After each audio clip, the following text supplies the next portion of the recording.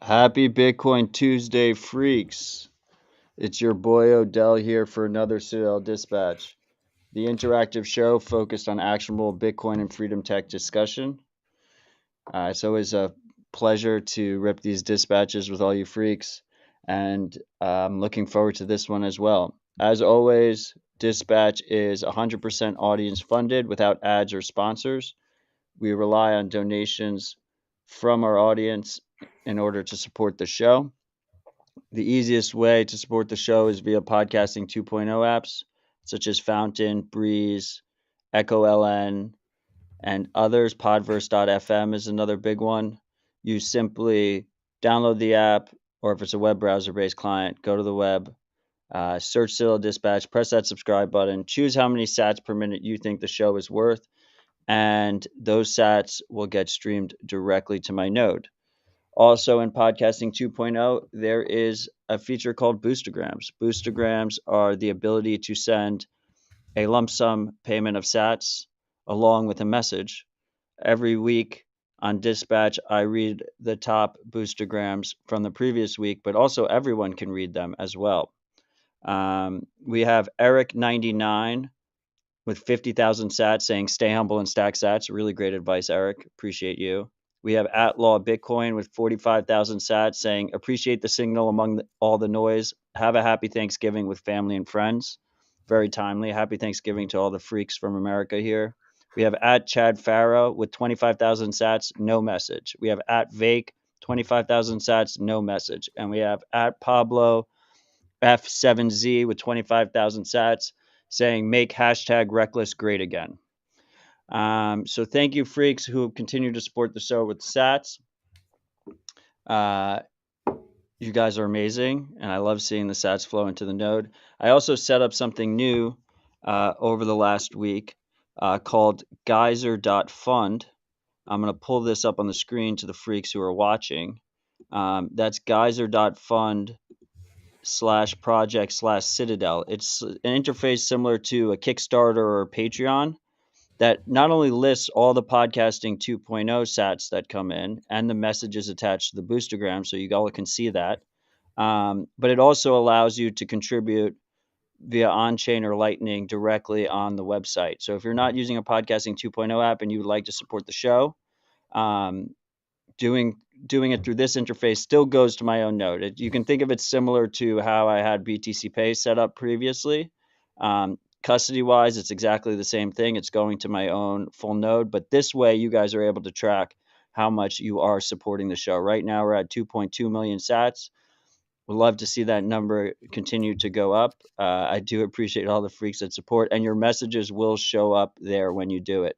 I am known to be a bit of a domain hodler myself, so I've redirected citadel.lol to this website. So if you go to citadel.lol in your web browser, you can see a live update on how much funds, how many sats the freaks have supported the show. And as you can see right now on the screen, it even shows as you're streaming in the sats per minute directly to my node. It's pretty fucking cool, and huge shout out to the team at geyser.fund for making this a possibility and offering this service to anyone who's trying to raise sats from people for free, and while maintaining self custody of all their funds. Really, really cool. On top of all that, freaks, I know it's a bear market. If you can't support the show with sats, I understand. If you can still support the show by sharing it with your friends and family, subscribing on your favorite platforms. As always, it's available on Twitch, it's available on YouTube, it's available on Rumble, it's available on Bitcoin TV, and it's available in any podcasting app. Pressing subscribe, leaving a review, sharing with friends and family, these all help. And last but not least, joining us for these live chats, joining us in the live chat, actually participating in the discussion, giving your questions, giving your comments, putting them in boostergrams. This is what makes this show unique. I like to think that I'm not the only host of Citadel Dispatch. You're all hosts of Citadel Dispatch, and I couldn't do it without you. So thank you all. Thank you all for your support. There's a lot of haters out there for the value for value model, and I think we can prove them wrong. So here's to you, and let's keep pushing forward. With all that said, thank you for sticking with me during this preamble. We have a great guest in the house. We have Sergey from Bitrefill. How's it going, Sergey? Hey Matt, Thanks so much for having me on. Yeah, I'm really looking forward to this conversation. So Bitrefill, I think a good place to start here is, yes, Carlos, you are a host. Um, we have Ride or Die Free Carlos in the live chat asking if he's a host. He is a host as well, and he says he'll take one of these weeks so I can have a week off. So we'll keep that in mind, Carlos. Thank you. Um, let's start with Bitrefill. What is Bitrefill for, the dozen of people that don't know what Bitrefill is? Bitrefill is the largest single service for people to buy stuff with their Sats. We offer things like gift cards for e-commerce and physical commerce, and phone refills, bill payments, things like that. Um, so if you want to buy something in the real world with the sats that you earn, for example, by podcasting and getting generous donations from your audience, Bitrefill is a very simple click solution to achieve e-commerce with the sats.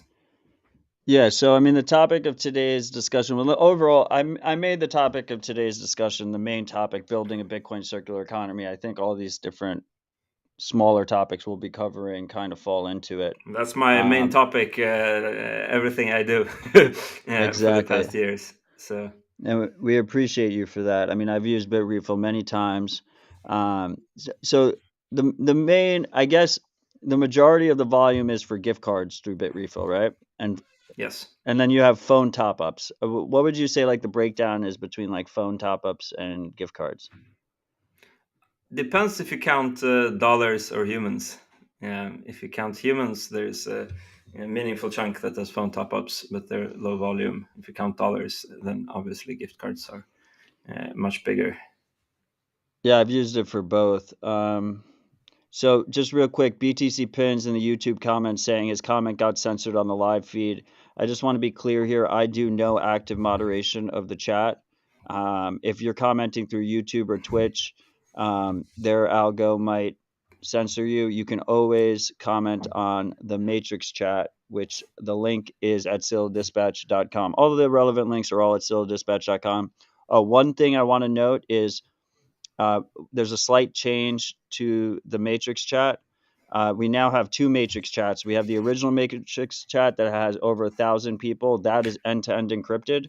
Matrix's encryption in rooms that size starts to get really bogged down, unreliable. So we also have a no encrypted Citadel chat, and that's the one that's being broadcast on the screen. So if you're in the existing Matrix chat listening right now, wondering why you don't see it, I put a link in that chat as well, but it's in citadeldispatch.com. Um, so, Sergey, when we're talking about when we're talking about payments, one of the cool things about Bitrefill is whenever you give presentations, I feel like you always provide us with all these awesome stats. You always provide us with all these awesome stats about how people paid, what are the different payment breakdowns. You support Lightning, you support on-chain Bitcoin. Um, I think in our little bubble, a lot of people think that Lightning payments are dominating right now. And in your experience, what do you see about that breakdown between Lightning versus on-chain? Good question. Well, I mean, I think on-chain is again. It depends a little bit if you count unique users or dollars. But in euros, on-chain is like 7 times bigger than Lightning. Yeah, if you count individual transactions or humans, then Lightning's doing a little bit better.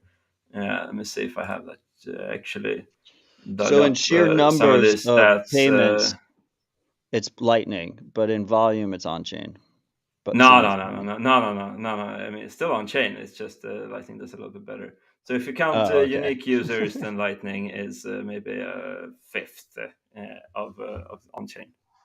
Oh, shit. So I mean, Okay. the difference is not that big. You know, people are always like, "Oh, you should count the small transactions, this and that." Like, it doesn't make that big of a difference. It's just easier for little random things to skew the stats. Um, so it's somewhere there. Like most Bitcoin users use on chain to pay to buy stuff on Bitrefill. Yes, And then, I mean, you also support shitcoins and stablecoins. Is we do. Bitcoin on chain is the most? Bitcoin on chain is the biggest single payment method, but it's yeah, just under it's around 30% of volume. Yeah, so it's the biggest one. Yeah, but it's It's not about more than half. 30%. Yeah. What's number two?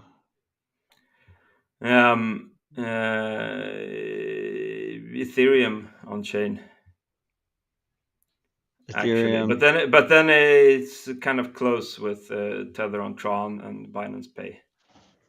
Tether on Tron is number three, is a close third. Yeah, they're all kind of third, close for second. Let's say Ethereum, Tether, Tron, and Binance Pay, and then we have other stuff. Um, Binance Pay. What is yeah, Binance Pay? it's just centralized off-chain solution for people to pay within their straight within their Binance account. So it's like PayPal. It's PayPal for Binance users. Yeah, Yeah. So like what, you like integrate with an API or something? There's no like actual token involved there, or yeah. There's no crypto fanciness in that, but it is people that use Binance have money there. We actually never don't see what kind of coins it is if they're paying with which balance. It just gets converted to us. But and there then what are. do I you mean, receive on your end for that? we receive Binance USD, which we then convert as soon as possible Uh, into uh, fiat. so Binance USD is a stable coin that trades on what, BSC or Um, something on one of their I chain? guess, yeah. I mean, we've never actually we have made, but yeah, we don't support BSC currently, but yeah, we get that money on Binance. We convert. I mean, we the vast majority of the money we need to send back to buy more gift cards. Uh, So Bitcoin on Simplified form. chain, Bitcoin on chain is 30%. Then Ethereum is second at what percentage around? Yeah, it's around 17. 17, and so you said Tether on Tron and then this Binance Pay thing are close behind that. So they're around 17 as Yeah, well. yeah, they're around 16. And then where does Lightning fall in that? This is the euros chart, so Lightning lands at around 4%. 4%. Yes, So Lightning but is if you like count unique basically, users, then it's closer to 7. So it's got it. somewhere in the 5 area. It depends on how you So would slice you it. say Lightning support on Bitrefill is more of a forward-looking goal, like just being ready for the Currently, future, want to absolutely, support yeah, users? absolutely. I mean, it's been forward-looking since always. I think. I mean, we started on Lightning when there was 0 users on Lightning. I think the first purchase on Lightning was on Bitrefill when Alex from Lightning Labs bought something on the private beta that we sent him and posted it on Twitter, and that was that. And now he's just the only person who uses Lightning on your service. Absolutely No, I'm not. just, Quite a I'm few just, people use Lightning. Just quite a few I, people use other things as well. I'm just fucking with you. I've used Lightning on your service, so there's at least two of us. Yeah, So how do we get that number up? Why do you think that number is so low?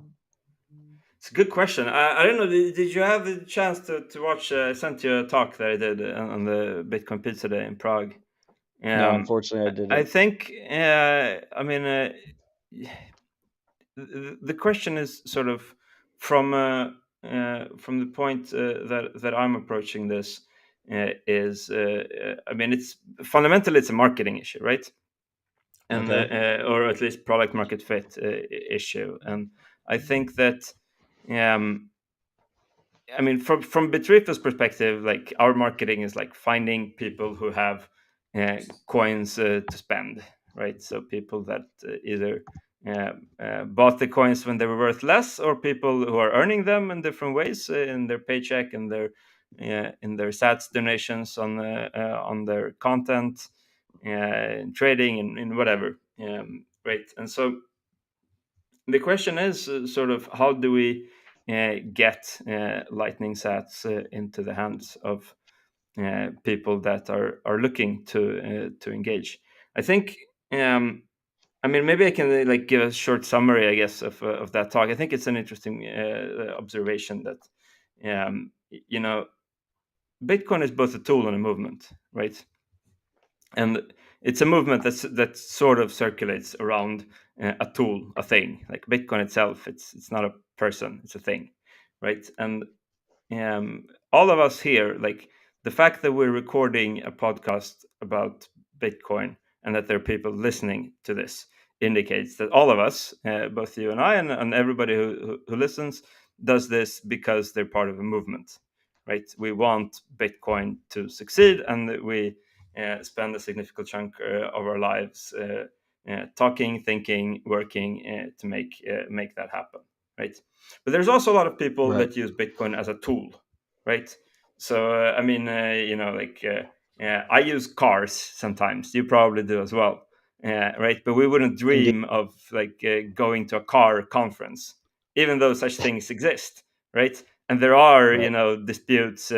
What's a real car, and this isn't the real car, and the classic car maximalist and the sports car maximalist, and blah blah blah blah blah. Like those things exist, but we don't care, right? Because we mostly, like, we order an Uber, we go from A to B, and we're happy, and we achieved the benefit of car, right? And it's in a similar way with Bitcoin, that even though there is a very vibrant community of people who are passionate about Bitcoin and wish it to succeed, there's a much much much bigger group of people that use um, Bitcoin and don't particularly, care about it, right? In the same way that you and I don't care about the cars that we, drive around in. Right. Um, and those people are hard to reach. Like they're not going to listen to this podcast, right? Because why would they? Right? I mean, if it's just a tool, like you and I, again, we don't listen to. We use a lot of stuff every day, a lot of tools, but we don't necessarily listen to podcasts about all of them. And so, yeah, and so there is this, like, there is obviously this overlap, right? I mean, you and I are a good example of an overlap, and this podcast collects donations and Sats, and so you actually have an income in Sats, and you're like a typical excellent customer of somebody that we would try to find. Um, Right. We use but we use Bitcoin the tool, but we're also active in Bitcoin the movement.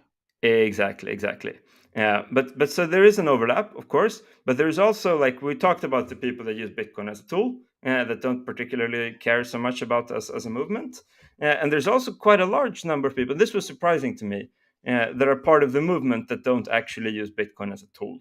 Yeah, right. Right. And Lightning is a little bit in that category, right? Because like there's a lot of Bitcoiners that, they like Bitcoin, they want it to succeed, they want Lightning to succeed, they will do what they can to help it. They just, don't really have a need for it. They bought some Bitcoin, they put it in a nice secure cold storage, locked it away, they don't even have an access to it, they don't have a wallet on their phone. Right. They don't spend Not Bitcoin. they don't spend, they don't earn, they don't engage in the circular economy. They, they cheerlead. They're investors, right? Same way as Right. companies have investors that I might mean, not be customers of the company, I right? wouldn't even be surprised if until the last few weeks, like the majority of the Twitter influencers didn't even self custody, let alone spend Bitcoin. Right, for example, but the self custody thing is a little bit orthogonal, I'd say, because like you can have a mobile wallet that is custodial, right, but still engaged. Like Strike is a Right. good example of that, right? So I mean, the custody, I mean, it's there, it's similar somewhere, but it's not, like, it's important to be, I think, specific, right, to pinpoint these things, because these are difficult issues, and I think that this question is important. You know, why? Because I think that the freedom money, the internet money narrative is at the core of all of this. And I saw there was somebody commented that Bitcoin is a store of value. And it's like, yeah, it is, but it's only a store of value because you can transfer it over the internet. And if you couldn't transfer it over the internet, meaning transact, then it kind of wouldn't have been a store of value either, right? And so there's been this, I think it's like leftovers from 2017 in the Bitcoin community, where people are like, oh, it's a store of value, oh, it's a medium of exchange, blah, blah, blah. Like, no, it's both. You can't Right. have the one without the other. And like Satoshi covered all of this. Yeah, right. I'm still sort of always amazed in like how much of the space Satoshi actually managed to successfully analyze, including actually the zero conf debate, which I guess maybe we'll get to. Yeah, but that you know this, you 100% know this quote, like imagine a metal that has no particular qualities, it's not useful in any way except for the property that you could transfer it over the internet, right?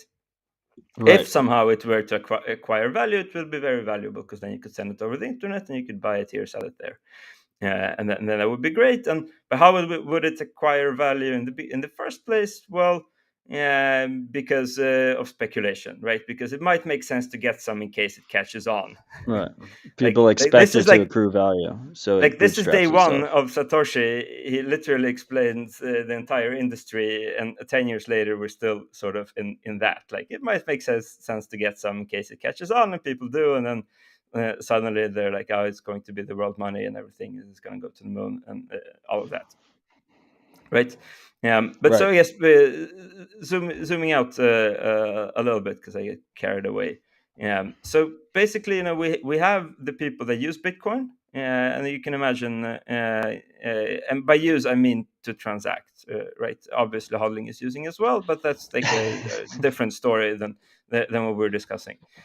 So there's a set of people that transact with Bitcoin, and there's a set of people that love Bitcoin, right? And they overlap to some extent, but there's a big group that loves Bitcoin, doesn't transact, and there's a very big group that transacts in Bitcoin that doesn't particularly love Bitcoin any more than you and I love cars. Does that make Right. sense?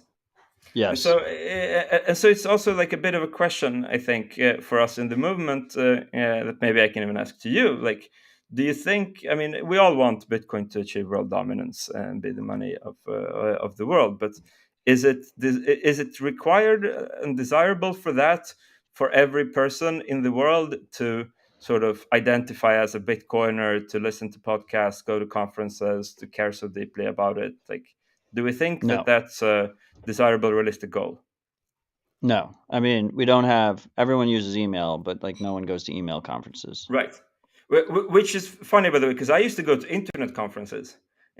So I have gone to internet conferences. They were great. And then I went to social media conferences.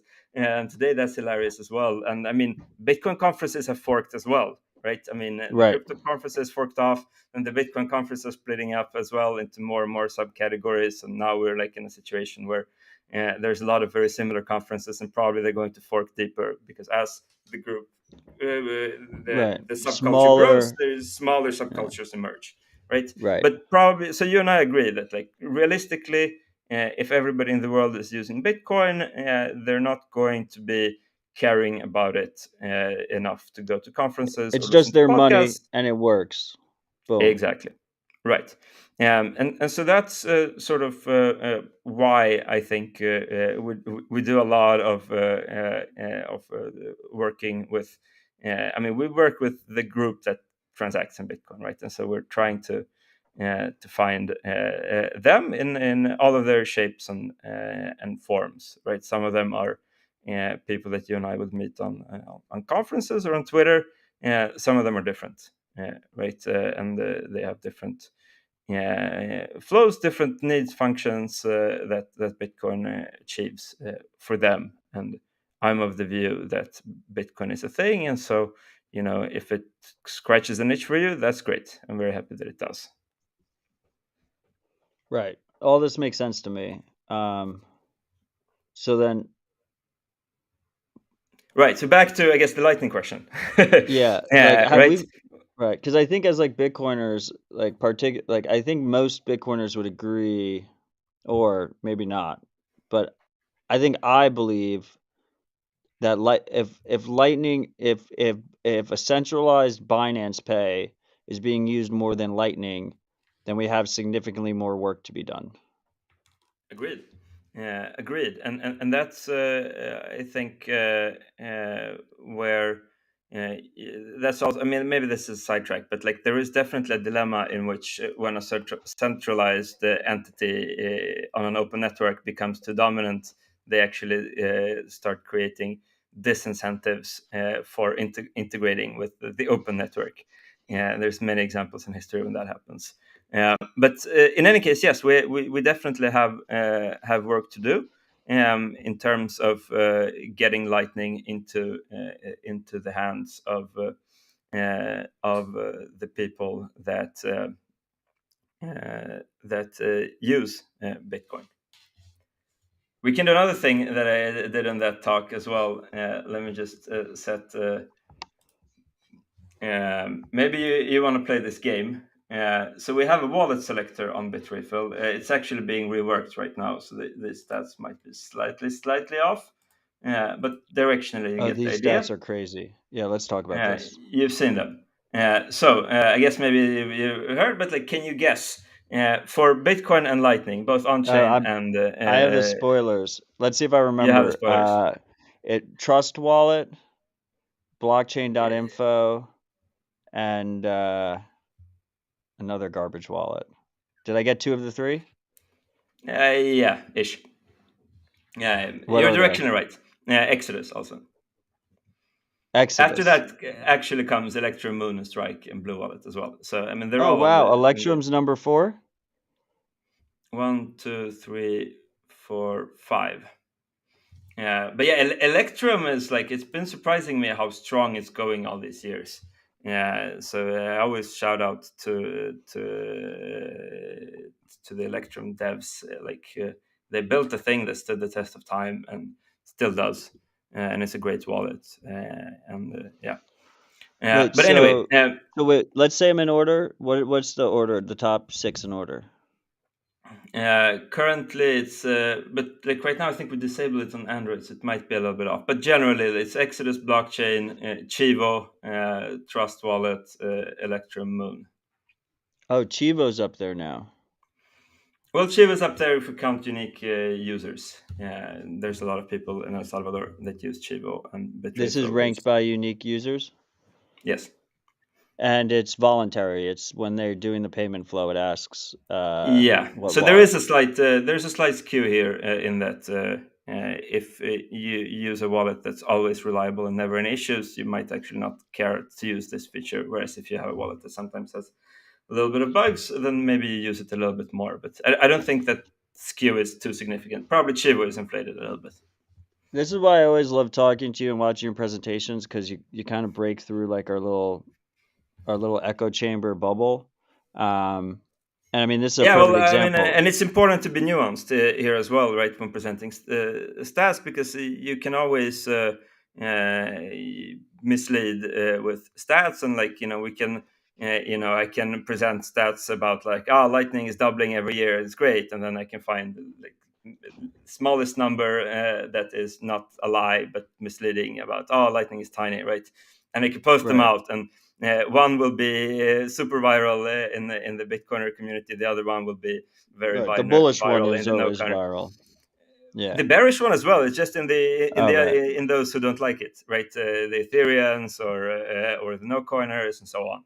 But let's just unpack this But for a second. nuance like gets stuck. But I kind of insist on nuance because again, like this is an important thing that we're working on, not just the Bitrefill we, but the bigger we.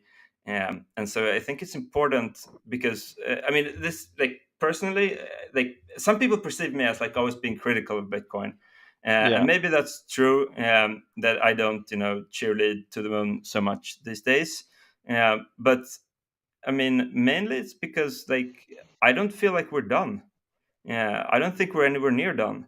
And if we're not anywhere near done, then it's important that We talk straight about the things as they are, so that other people can act upon good information, and so that we can get to a better place. Right? Like my question is like, how do we 10x it? How do we 100x it?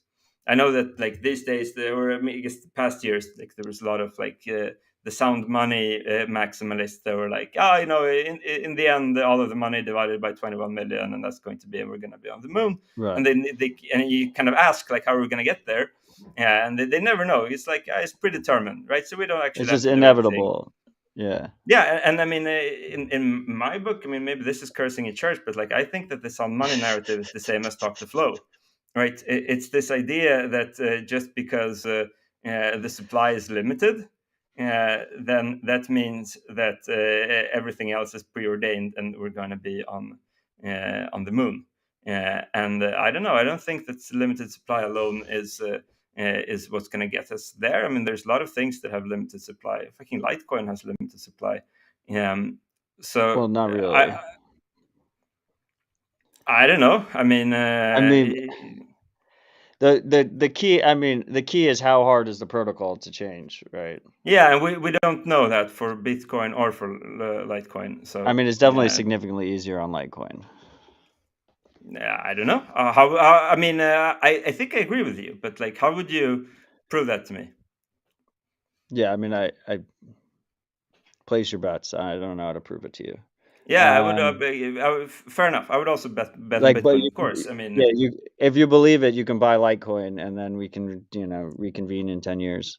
Um, I no, I think we're pretty much aligned. Like this is why I started Dispatch. Like I am um probably one of the most bullish people on Bitcoin on the planet. But I got sick of the fact that people were just saying blind bullish engagement things on podcasts and Twitter and whatnot, and that we actually need like a critical lens and open discussion, and we need to actually make improvements, to how people use Bitcoin and how people interact with Bitcoin.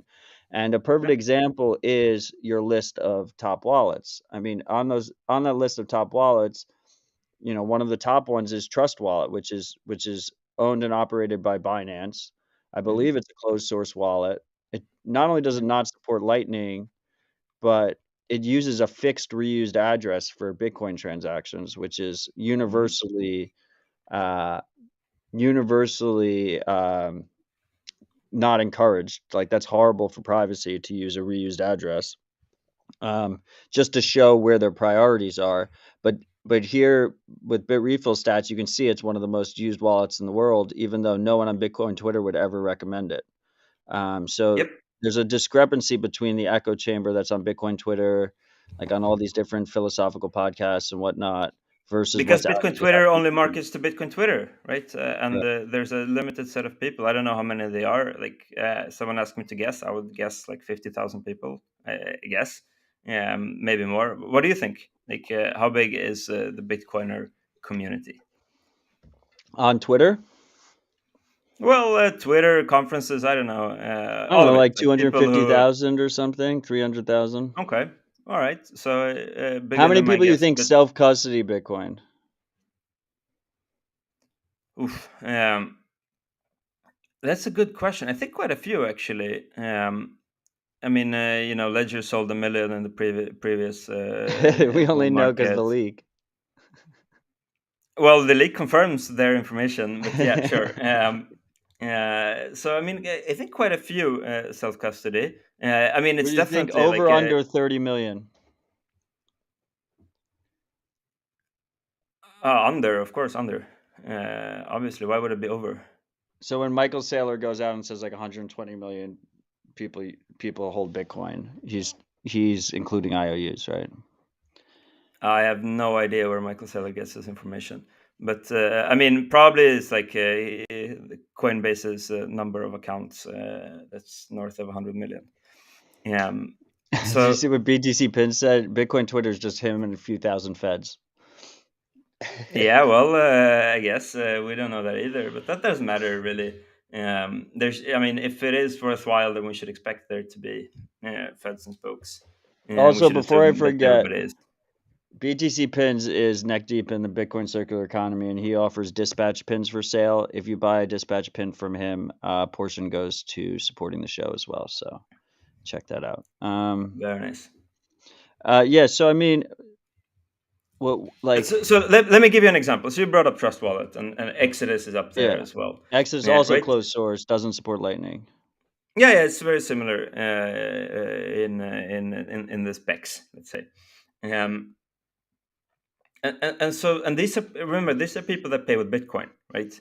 Right. This isn't people that pay us with Ethereum or with something else. This is people who pay with Bitcoin, and and so then you kind of like ask yourself, like, how does Bitcoin end up in such a wallet?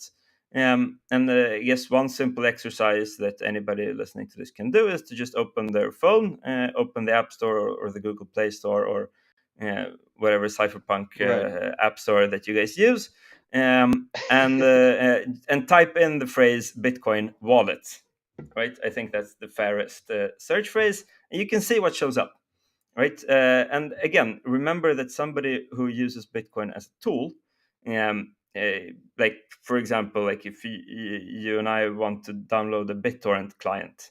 Okay, I'm not going to speak for you. For me, I would type in BitTorrent into Google, and I would get one of the clients that looks legit enough, and I wouldn't care much if it's the best one, if the BitTorrent enthusiasts think it's good, or if there's technical trade-offs or whatever, right? Right. So there's that. There's also, like, if you look at some of the other payment methods that we have. So let's take one example. So Tether on Tron. Right. Tether on Tron has a very vibrant circular economy, especially in Latin America. Yeah, there's a lot of people in countries like Argentina, some other places that work online, deal with dollars. It achieves dollars for them in a country where the currency is not trustworthy. It also achieves that the value of their money is not moving up and down as much as it does with regular BTC, and these people are kind of willing to take the trade off of trusting the Tether company, with them not running away with their money. Yeah, right. And so there's a very vibrant community of people use Tether and Tron. Now, which wallets do they use? Okay. Right. I mean, they're not going to use Blue Wallet because it doesn't have Tether and Tron, Right. They're not using or Moon. They're not Electrum. using Blue. Yeah. So all of those wallets kind of like, and this is a little bit of the problem with the Bitcoin only thinking, is that it builds like a separate universe from the other universe that is the crypto casino. But it's not just a casino. There is a very vibrant circular economy So what transactional wallet usage as are they well. using? Well, they would use something like Trust Wallet, for example. Um, So Trust and Wallet is it, dominating all the payment categories, probably, because it has such wide support. It probably no, also does. it's Trust Wallet also support Binance Pay? yeah, yeah, and many of them also use Binance. But we're getting off track a little bit. Okay. My Okay. point is that, like, if your first contact with cryptocurrency is with Tether and Tron, because some guy paid you for a gig on a website that you did, and you got paid $500, and they were like, "I'll pay you in Tether and Tron." Like, okay, whatever, I'll install a wallet for that. And then there's Bitcoin in there, and so somebody else the next day offers to pay them in Bitcoin, and they're like, "Yeah, yeah, sure, I have Bitcoin, no problem. You can pay me in Bitcoin." And then they have Bitcoin and Tether and Tron in their Trust wallet, Right. right?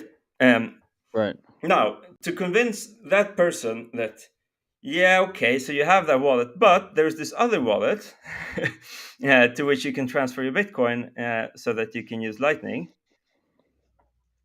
right? I mean, and then they're like, but Right. why should I do that? What is Lightning? I don't know what that is. I already What have a should wallet that I? works. Exactly. Yeah, it works. I can convert it at my local. I forget what they call exchange shops, um, and Like there's the that. cash transfer points, right? Hmm. Yeah. Where they convert Um, between cash and quote unquote crypto. Yep. So and then it's good enough. And so these people never get exposed. I mean, they why would they go on Twitter to read about Bitcoin or about Tether or about Tron? Like, right? I mean, it's just a thing. Right. They're not going to So watch a 2-hour video on best practices. They're just fucking yeah, they would using the tool. 100% not, and they would definitely also not, watch, yeah, like any of this. They wouldn't watch this show. So Right. we don't, and I think the most important thing is that we go to conferences, we meet a lot of people, right? But we never meet those who only use it as a tool. And so it becomes this Right. big blind spot, right? Because like I go to Bitcoin Amsterdam, and like everyone is like me. That's great. So that means that the whole world is like that. Meh, incorrect. Yeah, right. I mean, it's a little bit again. You go to a classic cars conference, and everybody's into classic cars, and so you Right. should conclude that everybody in the world uses classic cars. Um, But you're not and so learning why the guy's driving a Toyota Camry instead. Yeah, exactly. I mean, you probably wouldn't even find out that they exist. Right. If And you so, went to the classic car conferences, then you would think Toyota Camry drivers weren't even a thing. That's what we're yep. currently living in the Bitcoin Well, a little bit echo chamber. because like we're building our own thing to some extent, but I think it's important. Like, there's a very good argument for having things be Bitcoin only, for having them, have a small fraction of the volume um, of what they could have been if they supported other coins and so on. And one can make that argument, but at least you need to know, right? And I mean, and it's not just about crypto. Like, I mean, like your average Salvadoran who got a remittance in their Chivo wallet, like, are they gonna go necessarily do research on, which Bitcoin wallet should I use, or are they gonna go to the ATM and cash it out for dollar bills? Right. Right. And so I mean, this is one issue that I think, like, it's just important to be, I think, mindful of, right? I mean, again, like Coinbase has 100+ million KYC verified users. Like, who are they? Right. Even if we take your estimate that there's 250,000 of us in the Bitcoin community, okay, and then we're still short, 109,750,000. Who are they? Where are they? We never see them, Right. right? And there's also people that hodl as a tool, right? There's a lot of people that just hodl some Bitcoin, and they don't, follow Twitter. They maybe at most know somebody who does, but or they just bought it on their, Charles Schwab account or whatever, and they have a number in their stock portfolio that says BTC, and you know. So I did what you said, and I've talked about this exercise multiple times, both on this show and on Twitter. But I searched Bitcoin Wallet in the Play Store, the Google Play Store, and the top one And is this an is going app, to be Crypto different. Doc. This is going to be different for different people.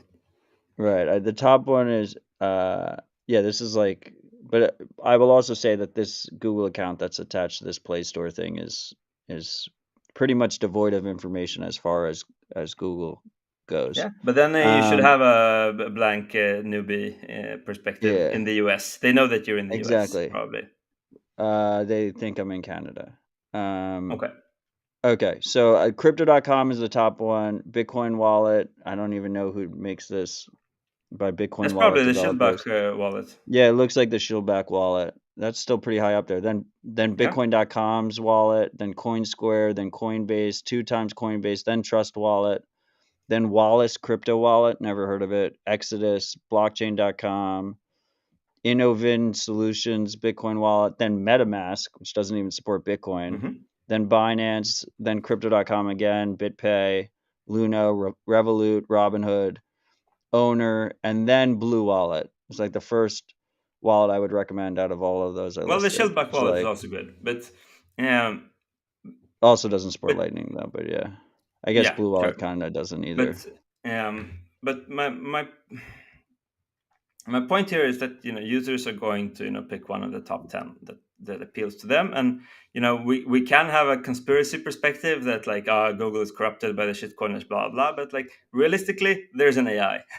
it checks Right. for each search phrase what people click on, and then it just shows people that based on that, and what they install and so on. And so I don't think that it's I mean, one It's can not a have grand that perspective. conspiracy. I don't Yeah. think so. I think it just shows people what they think that people what people want. Um, So do you think part of the issue is that, I mean, like Trust Wallet obviously supports like every shitcoin under the sun, but they don't support Lightning. Part of the issue is that it's hard to develop a mobile Lightning wallet. It's like hard to integrate Lightning into yeah, one of well, these but wallets. also Trust Wallet gets paid. They earn money for people converting from one shitcoin to another, and Lightning doesn't have a Right. shitcoin, so it doesn't add another trading pair for them. I So actually think incentives. that if Lightning did have a shitcoin, this is another cursing in church, but I think if Lightning did have a shitcoin, it would have been bigger than it is today. I mean, then it would just be a shitcoin, and we have those Agreed. already. Yep. So I'm not saying that we should do that, but I think like, So what do and you think this is about stablecoins on Lightning? it's a good question. It's a very good question. I mean, from the perspective of Lightning, I'm very bullish. Obviously, from the I don't know if perspective that's of obvious. Continue. Yeah, fair enough. No, I mean, I think it's good. I mean, we already see that many things in the Lightning space that have a stable USD value, like Strike, like Bitcoin Beach, and some other are popular, right? I mean, there is a demand for people to have their money not fluctuate up and down, and that demand again for many people, not for everybody, but for many, is greater than the demand for self custody. I am a cypherpunk. Nobody can control me. I do what I want. Right?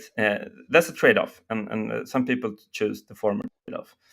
Uh, and so yeah, I think it makes a lot of sense. I mean, it depends what it looks like, how it works. There's a lot of different schemes and ideas for how to implement tokens on Lightning. But also, I mean, and that's kind of like a big question as well, which is like, okay, but imagine somebody. Yeah, we're still going to have a similar problem, right? Because um, some dude receives $500 in Tether on Lightning, let's say. And he wants to pay another dude $500 in Tether, but that dude only has a Tron wallet, right? So we still kind Right. of have this somewhat strange gap here. Um, Personally, and that's the thing is that again, like it's a big question. Like there's people now talking about how Bitcoin isn't crypto, right? Bitcoin is something separate. Like I mean, that's very obviously not true. Um, but the question is maybe is it desirable for Bitcoin to be something entirely separate from crypto? Right? I mean, there's a lot of things in the crypto space that we don't have to go into that are not great, let's say.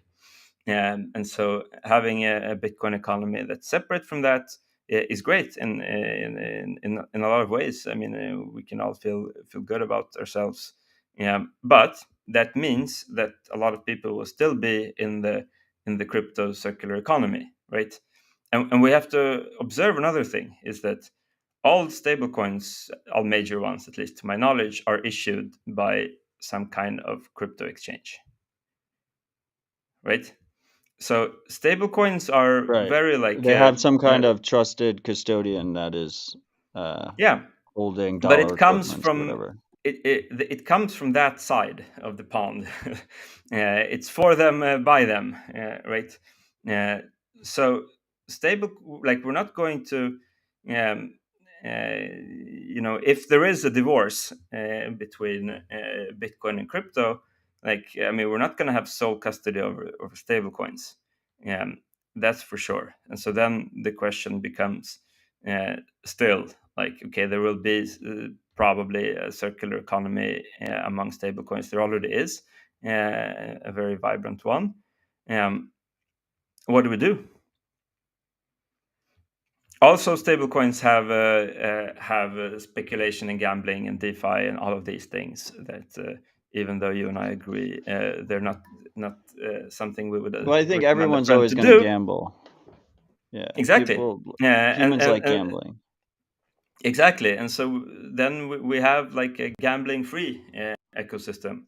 Um, like I think, like I've been thinking quite a bit about this because, like, in a lot of ways, like, so things change in our industry, right? And a lot of things have changed since 2017 or whatever, like pivotal moments. And sometimes, like stablecoins, for example, came after that, at least in a big way. Um, and it's important to update your understanding of the world as the facts change. Back in the day, it was the case that Bitcoin was the base currency for the shitcoin economy, right? Bitcoin was the on ramp. You had to acquire Bitcoin on a Coinbase type thing, and then you would transfer that Bitcoin to what were the shitcoin exchanges back then? I forget. Um, Whatever, right? To Like Binance type. BTCE or Yeah, I Cripsy, was thinking about Impel. Cripsy. I was thinking of, yeah, Cripsy. Yeah, right. So you would They buy all got Bitcoin on rugged. Coinbase. Poloniex. Yeah, okay. Yeah, I didn't, but well, anyway. Um, so the case then was you buy Bitcoin, you transfer it to Cripsy, you trade in shitcoins, you withdraw to Bitcoin, and then you have Bitcoin, right? And then if you're looking to buy something with your Bitcoin, you buy something with your Bitcoin. Like also, like when shitcoins are dumping, you would see flight to safety, and people are like shit, these coins they're not good anymore. I'm gonna go out and fly to safety. I'm gonna go to Bitcoin. Today, to a very large, like to a bigger and bigger extent, that is shifting from Bitcoin to stable coins, right? Right. So people buy. So today, that equivalent flow is that you buy, you get stable coins, you put them in your MetaMask, you do your DeFi stuff, and if you want to fly to safety, you go into a stable coin, and that's that. Yeah, right. So, and I think in part this is why, like if you look at payments per day on Bitcoin, they're going up, but they're not going up that steeply, right? And so I think what we're seeing is that, like, okay, that kind of speculative usage is actually shifting to things like stable coins, but there is also, of course, growth in everything Bitcoin. And so, in the end, the chart is like, pointing Yeah, upwards, but only slightly. it used to be that Bitcoin was unequivocally the so-called like reserve currency of the space. Like all the Bitcoin Exactly. trading pair, every trading pair was in Bitcoin. And then Exactly. like basically Tether changed the game. Hmm. Um, and And now so, when I you mean, see there. like the biggest volume on Binance and whatnot, it's usually in Tether or BUSD or whatever. Yep. Exactly. So it used to be the medium of exchange, the unit of account, and the store value of the shitcoin economy. And Right. today, Like people talk about like Sats being the standard, like the shitcoin traders made Sats the standard first. It was like I remember like even in like 2016, 2015, you would go on like a shitcoin exchange and all the prices were listed in Sats. right. So, and so that's kind of the question, right? I mean, people are always going to gamble, you said, and then okay, and so Bitcoin doesn't allow that because we think it's bad, and for good reasons. Um, but here we are. Like, yeah, it's But a tricky. do you think part of that is just because like regulators move slow and we're kind of just like in this weird period in between where these centralized stable coins are widespread but regulators haven't cracked down on them? I mean, the reason Bitcoin exists is because of the assumption that the state will stop this type of activity from happening. We saw it Yeah. happen with Liberty Reserve. We saw it happen with so many other entities that were not, necessarily compliant with U.S. law. Bitcoin was designed to be robust against that. These stable coins are not by any means. I mean, Yep. the people behind But Tether deserve props. They've been essentially, evading the U.S. for such a long time. But you got to imagine that eventually, like, time is ticking there. No. maybe I don't know. I don't have any special opinions. There's definitely a scenario for that, but I Like, would say, I'm a strong believer that, like, Bitcoin is a tool that is available to us all and provides value to us all as a tool of last resort. It's a tool that is yep. always there for you when you need it. But if there's a But more convenient option for people, they're going to always take the more convenient option. yeah, but what if? I'm 100% agree. What if? Um, I mean, I think it's safe to say, as you described, that stablecoins were not allowed in a world where there was no Bitcoin.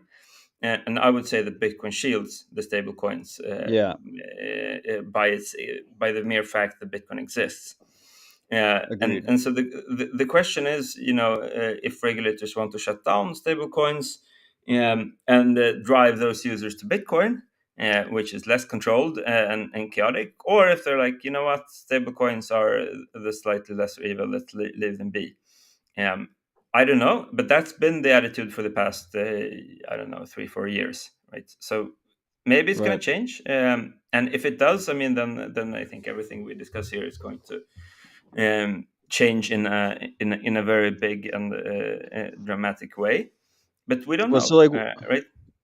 so like I was talking, I mean, um, I remember when Tether launched, and it was right. Say, called Realcoin, and yeah, I horrible was name. like, "Oh man, those guys are gonna get in jail so fast!" Like that was my first thought, Right. and like, It's yeah, the well, joke.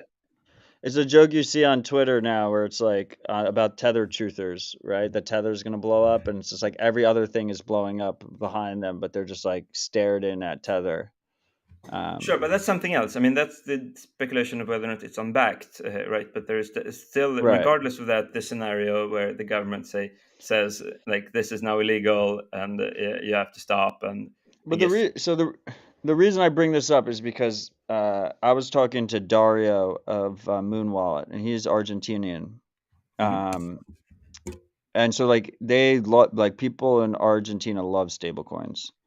Mhm. Uh, he knows a lot of just average people that got absolutely wrecked on the Luna collapse on the Terra. They had that stable coin that was backed by Luna, which was a shit coin, and the whole thing just collapsed earlier this year.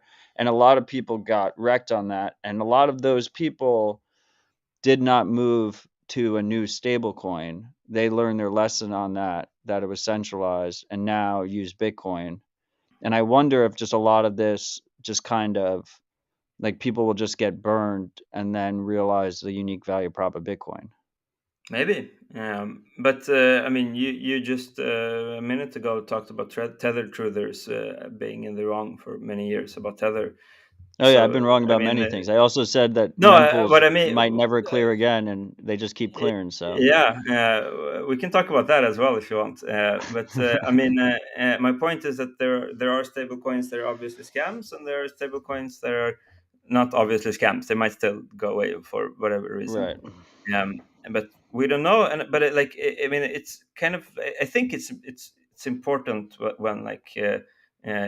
Thinking about the divorce of Bitcoin and crypto is like, yeah, who's going to get the kids? Like, who's going to get the stable coins, and how? And like, how do we want to have stable coins? And if so, to what extent? And then, Well, if so, then we're going to be forced to figure out how do we interoperate with the other stable coins. then so I want to go back to where this originally started, which was this idea of stable coins on Lightning. I think the reason Lightning adoption is as low as it is because of we take certain everything has trade-offs, and we take certain trade-offs with Lightning to make sure that it maintains relatively the censorship-resistant properties of Bitcoin that you can settle on chain on Bitcoin. And as a result, you have all these complex concepts that are hard to design around UX wise, with liquidity and channel management and having your node always on. And as a result, it's really hard to develop for. It's less convenient for the end user to use. The UX is always a step behind, these centralized shitcoins. So to me, like, stable coins on Lightning are this massive distraction, because even if we technically, even if RGB or Taro or whatever it is, like, is technically able to implement stable coins on Lightning, I have a feeling I'm going to bring you back on Dispatch, or I'm going to go see you present in Riga or something, and you're going to be like, well, remember how I said that Lightning's 4% of transactions? Well, stable coins on Lightning is a 0.5% of transactions, and really Tron is the one dominating stable coins Yeah, still. it might be. It's a very plausible scenario, and I think you make a coherent argument for that. Um, but then that leaves us sort of back to square one, which is that how does the Bitcoin space relate to stablecoins being popular on other chains?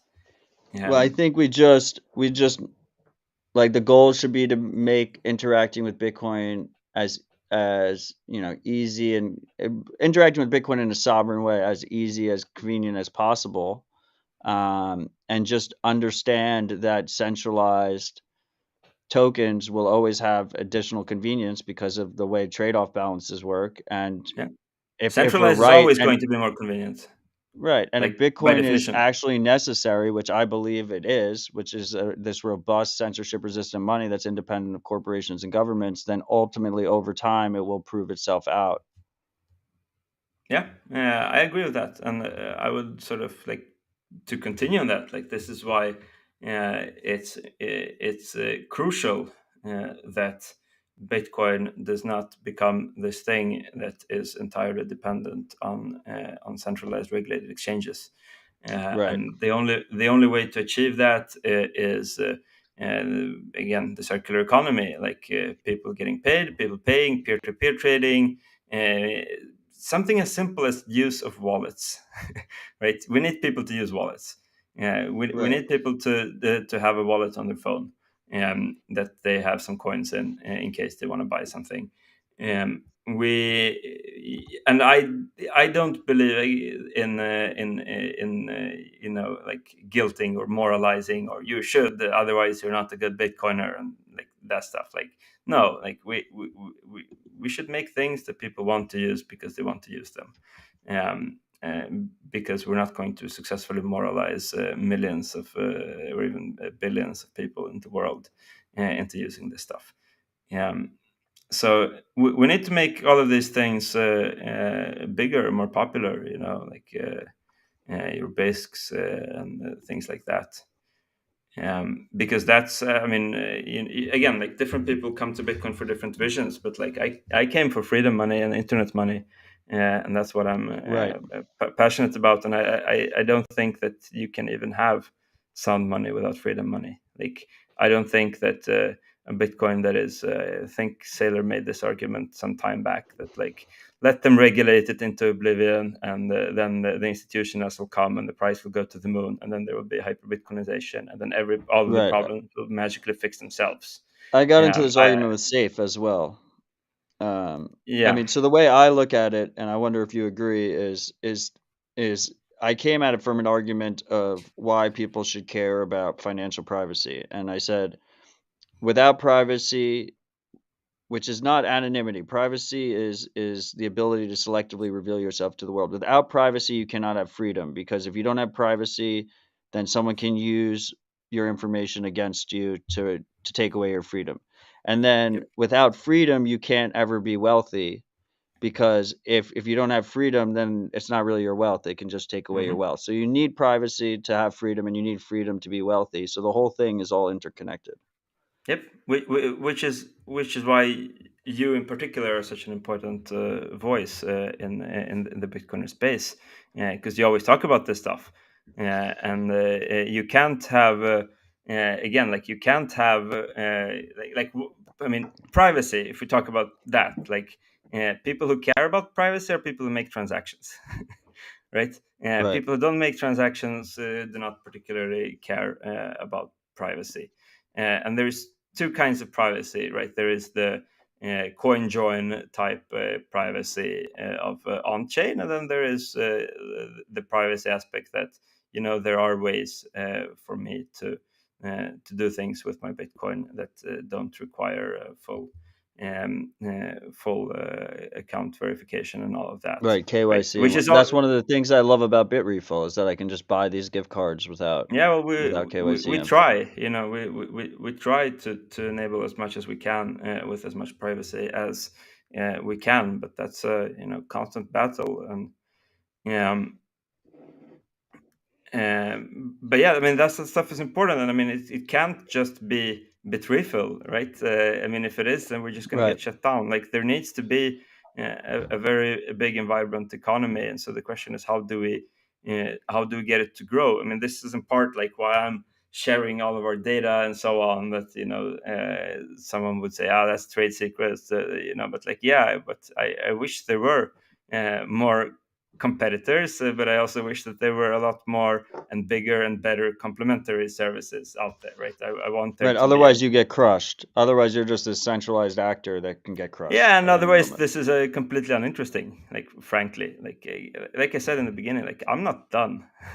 Yeah, I don't think we're done, the Bitcoiners, and so I don't, I don't like the thought leaders that say that it's all preordained and we don't need to do anything. We can just sit and hodl, and one day everything's gonna be great. And there's One of the like reasons never I like. love this space, one of the reasons I always loved Bitcoin is that the strongest Bitcoin critics are always Bitcoiners. And I think that's still For the sure. case, but it used to be a higher percentage. Now the percentage has skewed. The absolute number is still higher of Bitcoiners that are internally critical and want to seek improvement and are talking about the hard things. But percentage wise, particularly if you start to talk about platforms, like the people that have the largest audiences Yeah. are, and I talk about this a lot. I mean, at the end of the day, this is a movement of personal responsibility, and people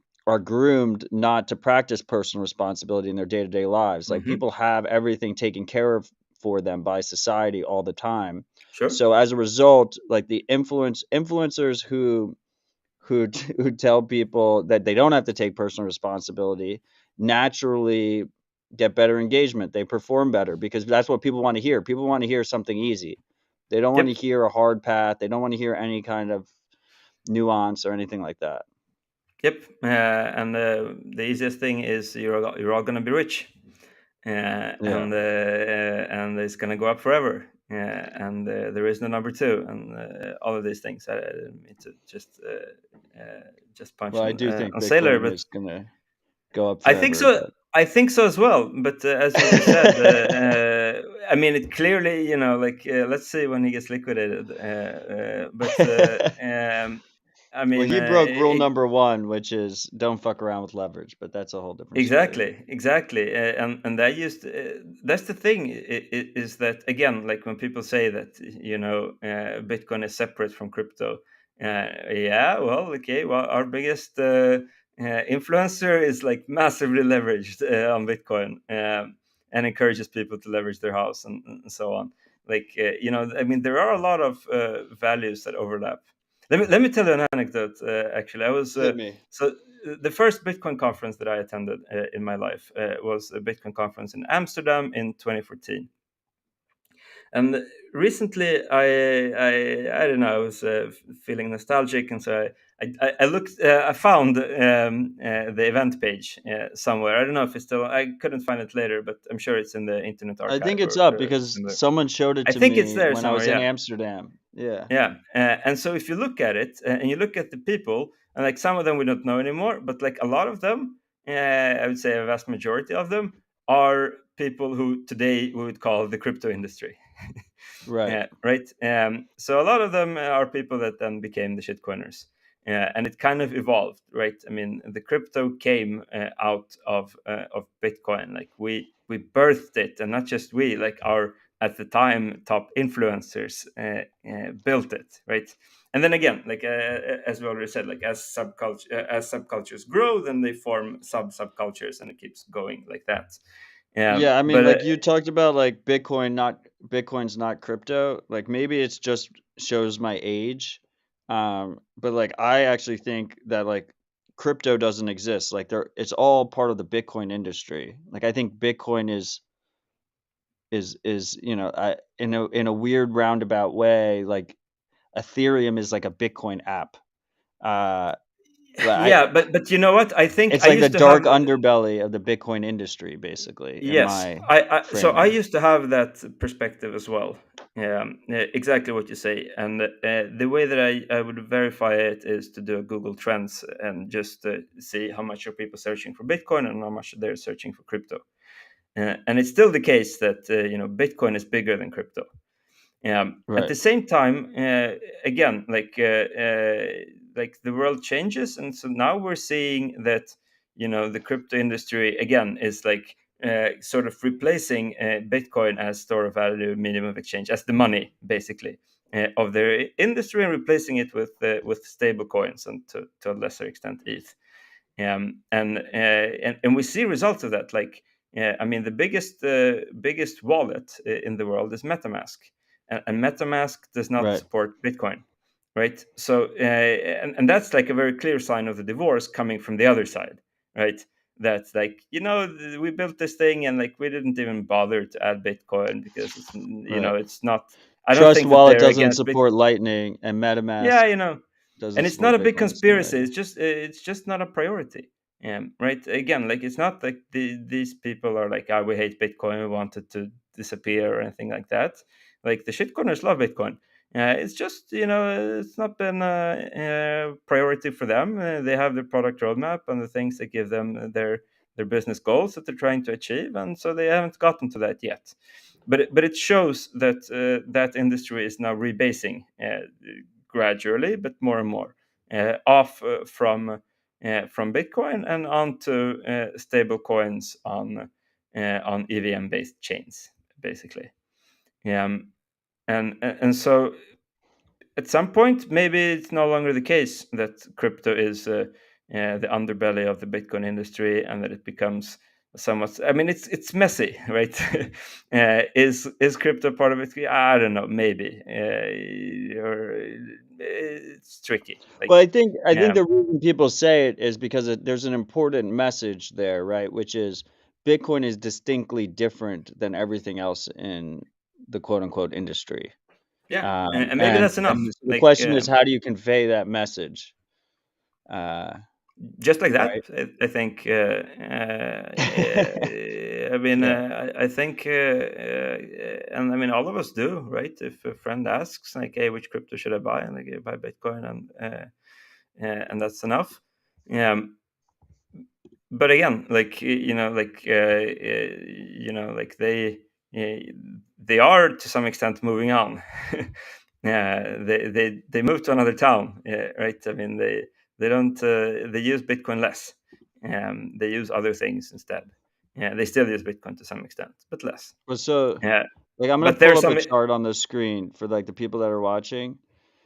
This chart, right, where when you say the word crypto over and over again, like the left side is what you believe, which is that there's this massive crypto industry where like Bitcoin is a small part of that industry.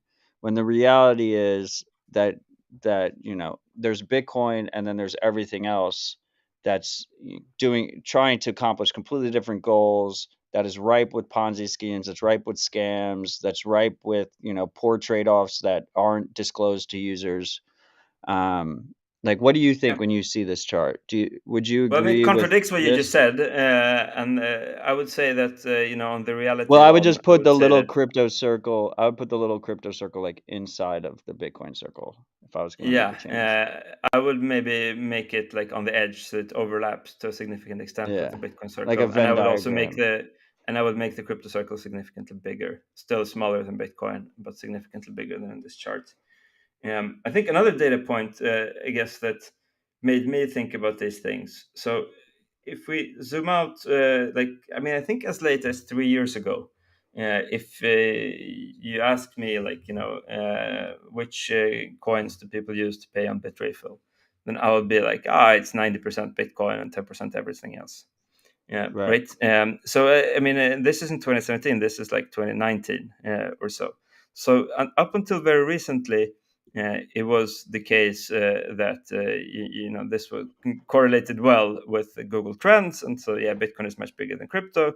Whereas today, crypto is like 60-65% of it, which also, like, I think it's coincidental, but like it overlaps somewhat with the Bitcoin dominance charts, which we know are inflated and bullshit and so on.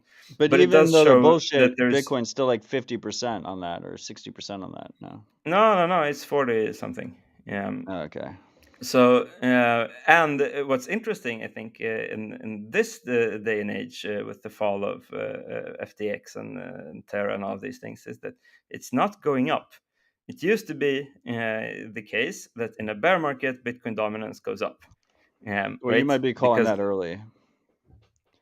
I mean, Like, what about 6 months from now? Like, have we seen the full fallout yet? no, but I mean, we've seen quite a bit of fallout, and Like, is and this the not chart the is not great moving. shitcoin apocalypse, Sergey? Uh, Good question. I think it might be, but still, here's another, I guess, mental model, and I'm actually interested in your thoughts. Um, so when arguing values, right? Values in Right. themselves are usually not interesting. They're only interesting when you put them against each other, right? So do you want freedom and prosperity? Yes. Yeah, but if you can only have one, right? If you have to choose like one unit of freedom or one unit of prosperity, then it becomes a Right. values question, right? And in the Bitcoin space, we have the value that we want Bitcoin up, right? Whatever up means, more users, higher price, whatever, right? Yeah, We more also want adoption. shitcoins. We want shitcoins down, right? Let's say you get this, right? We want both these things. Okay. But an Yeah. interesting question is, okay, but what if we put them against each other? Because there are situations in which we have to choose. Do we want Bitcoin up but also shitcoin up? Or do you want shitcoin down, but also Bitcoin down, Right. And there's some right? that would say down, Which would you down. choose? I would choose up, up. I would also choose up, up. Yeah, but I think that uh, Most many people on people. Bitcoin Twitter would probably choose down, down. Well, it seems to so. At The least loud ones. given how people are sort of cheering the shitcoin apocalypse, and I mean it is fun, but at the same time it's clearly causing Bitcoin down, right? At least in the short term, and so and that's a sort of also like I think sort of important to ask, in your heart of hearts. Like, I don't even know, to be honest. Like, I mean, I have this anarchistic pyromaniac thing where like stuff's burning is interesting even if it's my house. Yeah, like I mean, like watching FTX and all of that stuff Yeah, is we like, okay, we all like let's chaos. see. We all, if you've been Yeah, in yeah, Bitcoin for a long enough time, you're a little bit of a I think masochist that so. enjoys the chaos. I Yeah. think we're chaotic good as Yeah. as characters. Um, so I don't even know. It's just like I guess something to reflect on where Well, where you land. And the way I look at it is in a post in a world where Bitcoin is succeeding, where adoption is increasing. Bitcoin brings in global permissionless finance. It's Mhm. the base of this global permissionless finance world, and as a result, um, people love gambling. People love printing Mhm. their own money. So, if Bitcoin succeeds, shitcoins will always exist. I Um, think so too. in my mind, because you can't I've stop come to that someone from doing it. realization. Yeah, exactly. I mean, and yeah, like, I mean, if you look at, for example, other examples when people suddenly got financial freedom in the history of the world, like for example, the collapse of the Soviet Union. What's the first thing that they do with their financial freedom? MLM schemes, scam and be Right. scammed, right? And we've seen this over. We've seen this in the Bitcoin space as well. Like there was a massive boom in Bolivia like 5 years ago, where suddenly like all metrics like Bolivia, Bolivia, what else going on in Bolivia? And like okay, there's a massive Ponzi scheme that And like sort of Plus uses the word Token is a Bitcoin. big one lately. Yeah, yeah. But I mean, so I mean, people do that, and I don't know. I mean, I think that for me, I have sort of come to terms with that the good that Bitcoin brings outweighs the bad that it also Right. brings, and that maybe the world just needs to develop.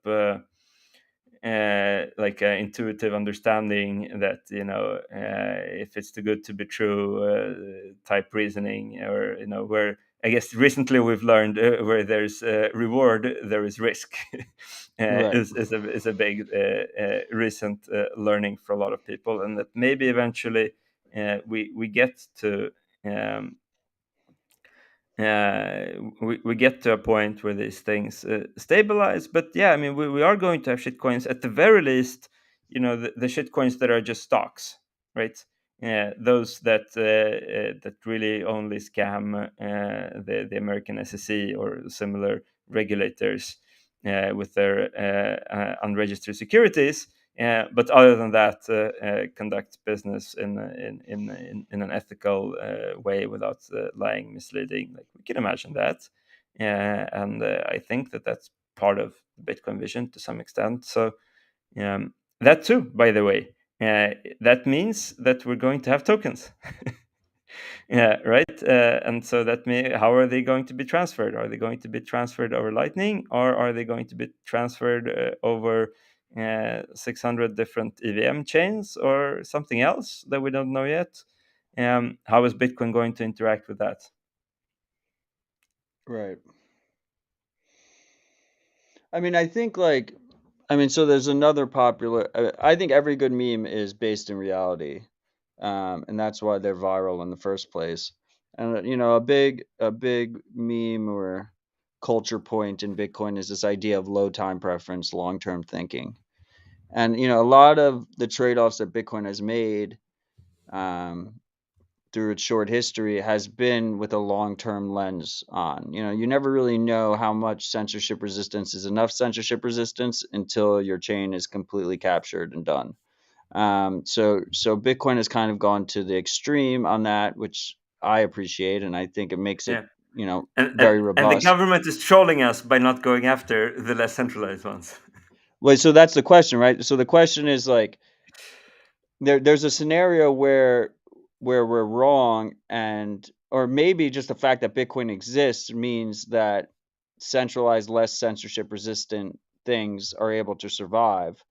But I mean, the big elephant in the room is pretty much Ethereum, and I do wonder, you know, the thesis I've been running on for however many years, and I continue to run on, is that eventually, uh, I mean, I think Ethereum is being captured currently. I mean, I think there's attempts to try and capture Bitcoin as well that are less successful, but um, that Ethereum is being captured currently, and it will become apparent to people at some point in the future.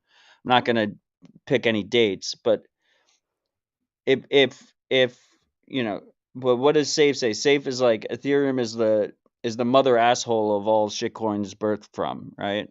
Yeah, And I but we just wonder if established that like, it was actually Bitcoin yeah, that birthed Ethereum. exactly. I think yeah, I mean, look, what was the Ethereum ICO sold from, right? You had to use Bitcoin to Exactly. buy into Ethereum in the first Exactly. place. Um, like Ethereum was originally priced in Sats. But I mean, the I definition of wonder, crypto is things that are like Bitcoin. my I my think. doomer optimism on everything, whether it's financial privacy, whether it's regular digital privacy, whether it's people having, internet connected cameras on their front door, is that people will get burned over time and seek out better alternatives. In the financial scene, I think that's Bitcoin. Um, Yeah, but like, but but it's not a given. I mean, I don't know. I agree with you. I think, yeah, but we can't be so certain. Like, right, look at BitTorrent, for example. Um, right, BitTorrent is the reason why we have Spotify and Netflix, right? right, if there was no BitTorrent, then no way that the rights holders would agree to having a streaming app, whatever, right? Except It that was only now by it's scaring them. but now it's gotten so bad. I may or may not have been a frequent BitTorrent user before Netflix existed. And then Netflix gave me a convenient way to not be a BitTorrent user. And now there's so many streaming platforms that are all broken up and bifurcated and stuff. And there's so much less convenience there. And I don't know what login is what login and yada, yada, yada. And now I'm back to being a theoretical BitTorrent user again. Right. Well, that's interesting, but I think you're still in the minority here. But yeah, I mean, maybe. Who knows? But it's also, again, okay, sure, but how low time preference do you want to have, right? I mean, at some Right. point, on a long enough time scale, we're all going to be dead. Right. So I don't know. I mean, it might be like that. It might be the other way. I mean, it might be that the government's, or mainly the U.S. one, just captures a thing. I mean, they kind of control the USDC already, and via that Ethereum, and then maybe that's the CDBC, and then we're done. And then that is. Like, I always thought that Bitcoin would have like one final nemesis, like the one, Right. like in games, like the last boss, that Right. it has to The fight final fight boss, against. Augustin Yes. Karstens. Yeah. Well, maybe, I don't know. Yeah. Well, he just looks like a final boss. He's like a Bowser type of individual. You know who I'm talking Yeah. about? The Yeah, head for of sure. the I would argue that yeah. he's not the final boss. He's like a boss on like a section of the game, whereas the final boss is like some small insignificant that has some magical powers and just anyway. Um, Well, let's pivot for a second, Sergey. So when I talked all to right. you, when I first got to meet you in person, we were internet friends for a bit, but when I first got to meet you in person was, I believe, 2019 Riga, and we were walking to uh, the Bull Bitcoin dinner that was in, like a little I dungeon remember thing. that. And we had a conversation for like 12 minutes that has stuck with me since then, and that was on multisig. That I don't remember. And you were bearish on multisig. Do you remain bearish on multisig? Do you remember why? Yeah, you said it was too complex. People should just use a passphrase. Like, it's not really like Hmm. there'll be a niche where people like I assume you believe that it's very useful for organizations and whatnot. Um, Right. but Yeah. Well, like I mean, you were kind of coming at it from at that point, like it was one of the things that we were like kind of hyping really hard within the hardcore Bitcoin community, which was that everyone was going to be moving to multi-sig for self-sovereign storage. right. Yeah, well, I mean, it's a good question. I mean, I think multisig is a good tool. Is it for everyone? I'm not sure. Yeah, I think in like sometimes we in the Bitcoin community score own goals, right? And one of the ways is that we scare people. Right. So I guess like that, hey, a phone wallet is not secure, so you should use multisig. But Right. like And most then they people stay lose on their coins. FTX and they get rugged instead. Exactly, because they're like, oh, this is too complex for me. I'll just put them on an exchange, Well, and the like, Ethereum community is like, we'll just use MetaMask in our browser and boom, done. right, and if you think about how how many people lost. I mean, first of all, I think we can agree that like the simplest mobile wallet on the crappiest device is still going to be more secure than keeping your coins on an exchange with usernames and passwords, even disregarding the element of the exchange rugging you, and just looking at that, your email will get compromised and somebody will log into your exchange and Right. withdraw your coins, right? So even Agreed. the dumbest wallet, in the dumbest setup, take a screenshot of your seed phrase and store it in your photos. Like, that's more secure than keeping your coins on an exchange. But by like good is the enemy of the great, great is the enemy of the good. And so by always arguing for the great, we sometimes lose people and never get them to good. And I mean, I think it's changing a little bit. Like I've recently seen people talk on Twitter about wallets that back up your keys to like Google Drive or similar, and they didn't get flamed into oblivion. And that Well, wasn't the that's what case like a few Moon years ago, does. Like Moon by default is right? an encrypted backup to like Google Drive or iCloud, Yeah. whichever phone you have. Um, and so, exactly, I mean, Moon does a lot of creative things that involve trade-offs that one can disagree with for technical and good reasons, and so on. Right. But um, but yeah, again, like any wallet is probably going to be better than keeping your coins on an exchange, for a lot of reasons, not least the rug risk. Um, and so also multisig has dangers like um, s- Right. like Most people that lose their coins are they're either getting like rugged on an yeah, exchange, they're either doing they're phishing scam where they just like get an email and they put in their seed phrase, yeah. or There, they have I'll tell some you what the kind big of bug key is. loss.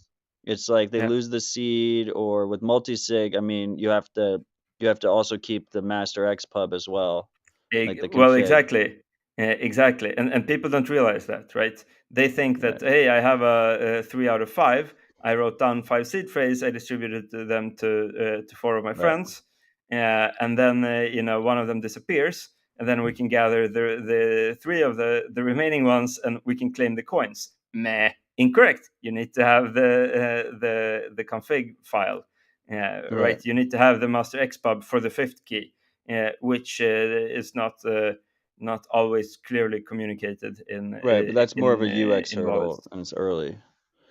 Okay, it's early. Is it early? I think as long as people are buying Bitcoin and they're not earning Bitcoin, it's still early. Yeah, I guess in that sense, I agree. Like in that sense, it is early, but also like Bitcoin is 1 year younger than the iPhone. But also uh, multi-sig is very early. Like multi-sig is like, yeah, we had Armory and shit, but like user-friendly yeah, multi-sig is only like 2 years old, right? Like I mean, Sparrow didn't Electrum is exist two the years biggest Bitcoin ago. only wallet and has had multisig for a long time.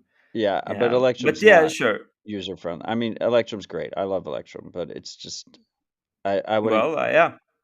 No, wouldn't call it a user-friendly I'm not. wallet. I'm not. I think it's important to be clear here that I'm not against multisig. I Well, think that that conversation has lived in my head, by the way, for 3 years now, I'm so just one of these people. Like I'm a contrarian, right? And the Bitcoin community is yeah, a that's why I community of love people you. who think that they're contrarians, but they're often not contrarian towards their in group, right? So Right, whatever they're people are contrarian to hyped the up out-group. about, I'm going to be contrarian against, right? So if everyone's hyped about something, I'm going to be this thing. But uh, yeah, Yeah, so we have a comment from Arembax in the Matrix chat saying multi-sig is good for organizations and maybe public figures. I would go beyond that and say multi-sig is absolutely game-changing for organizations. If you run any kind of organization that interacts with Bitcoin, the fact that you can have like spending controls that actually people need to you have to have multiple people within an organization sign on any transaction and have the responsibility of signing for those transactions is one of the coolest like I have not I have there's multiple organizations I'm a part of. The freaks know that I'm just like have stretched myself massively thin and do a ton of things in the Bitcoin space. There's a lot of organizational multi-sigs I'm a part of, and every time I sign a transaction that's a multi-sig with other parties in one of these organizations, it is the coolest thing ever. Like I have not yeah. gotten over yet how cool that is. Yep. And I mean, I still think that like no matter multi-sig or single sig or whatever, but like just the fact that you click for a couple of times on a computer and tap on the keyboard and whatever, and then like thousands of dollars appear somewhere else in the world. Like, how Yeah, magic is that's so that? cool. Really, like they were actually built. built that. We have to sometimes also It hasn't remember worn all of the it great hasn't great worn things. off yet. It's still Yeah, I don't think it will ever wear off. I don't know. Maybe the kids that are born today are going to take that for granted. Yeah, but that's also, I guess, an interesting topic, like kids and the fact that again, Bitcoin's been around for what, 12, 13, 13 years. So there's people that are growing up in their teenagers that where Bitcoin has always been there for their entire cognizant right. life, and that's also an area that I kind of feel like we should explore more. Like we've seen on Bitrefill, we frequently see kids. Yeah, right. And by kids, Because I they don't mean have like bank accounts. they don't have bank accounts. And it's different kids, right? It can be 12-year-olds with their weekly allowance, and it can be 17-year-olds that figured out that this is a way to get cool skins for their in-game Counter Strike or items. whatever. Yeah. Right. And I mean, that is a big audience. We don't really see them so much in the Bitcoin community. I think, like, I don't even know of any. I mean, the last famous teenager we had was Vitalik Buterin, I think. But like, who are No, the we had teenage Bitcoin we thought have leaders? Barack. We have Barack, Right. who's attacking Lightning and saying he loves chaos. He was on the show last week. We Ah, used to right, right, have Ben right. Okay. Kaufman, but then he went down the shitcoin rabbit hole. He realized he Did could make he? more money working in the shitcoin industry. Uh huh. I didn't know Um, that. who else Yeah, do we have that's young in but I mean, these wizardry? are kind of like I mean, to me, like I remember when blogs crossed the chasm and went into the mainstream from being a thing for nerds, and the thing that took blogs to the mainstream was teenage girls, right? And they started blogging about what they did Right. today and The online makeup. diaries. Right, and society thought it was completely unreasonable, and they did it anyway, and people laughed at them, and then it became a massive thing. Yeah, so I'm Right. like, yeah, what do we have? What do we have for teenage girls? Yeah, how can we get them on the Bitcoin? Yeah. I mean, I think that's part of the reason why there's so much hate towards shitcoiners is because they just have so much money behind them that's like printed from scams. So like whenever and maybe this is just an excuse that pulls away from personal responsibility on Bitcoin side, but it's like whenever like our grassroots adoption kind of starts to gain any kind of wind, you have the shitcoiners just come in and Yeah, dominate the conversation. I mean, we saw it in El Salvador. Like as soon as El Salvador announced legal tender, there was a shitcoin delegation there like a week later. of course. Um, yeah, such a is our industry, and yes, it's always been the case that that Bitcoin is the one coin that doesn't have a marketing department, um, Yeah. and still it has achieved everything that it has achieved, yeah, and so on. But that's why I'm That just said, thinking about like the kids, right? Like it's like you try yeah, like we but do like we get don't some have a kids. paid. So like for instance at Bitcoin, like I do consulting for Bitcoin Magazine. I've been their strategic advisor for 2 years now. And like half the team are kids that dropped out of college. Um Right, so like we do have young Bitcoiners, but like the problem but is like a lot of then the you're not youth gets kids. I caught mean, up in they're NFTs and 20 stuff. years old. Yeah, I mean they Right. get denied at the bar in America at least. In America, yeah, yeah, Yeah. but fair. But I mean, Bitcoin doesn't have a marketing department in some ways. In other ways, it does. Right. I mean, you are part of it. Maybe I'm part of it as well. We're all part of the decentralized marketing Right. department, right? And I think like part of like the critiques that I've been raising is because I want our marketing department to do better, Yeah, right. I think what's And really cool is like Andre Neves and like the Bitcoin gaming side. I think there's a lot of yeah, potential there with we kids. just did an integration with Zebedee that was announced today. So shout out to the people at And Zebedee. it's funny because he's not like his company. I one of my projects is 1031, which is a Bitcoin only venture fund. Like his company is not valued as a Bitcoin only company. Like he's a gaming company, so he Yeah, has access to all this capital from like gaming funds. yep, So he kind of like escaped that hole where Bitcoin only projects tend to have trouble getting funding, um, because of that gaming overlap. Primarily, it's a gaming company, and they're just integrating Sats into gaming. yep.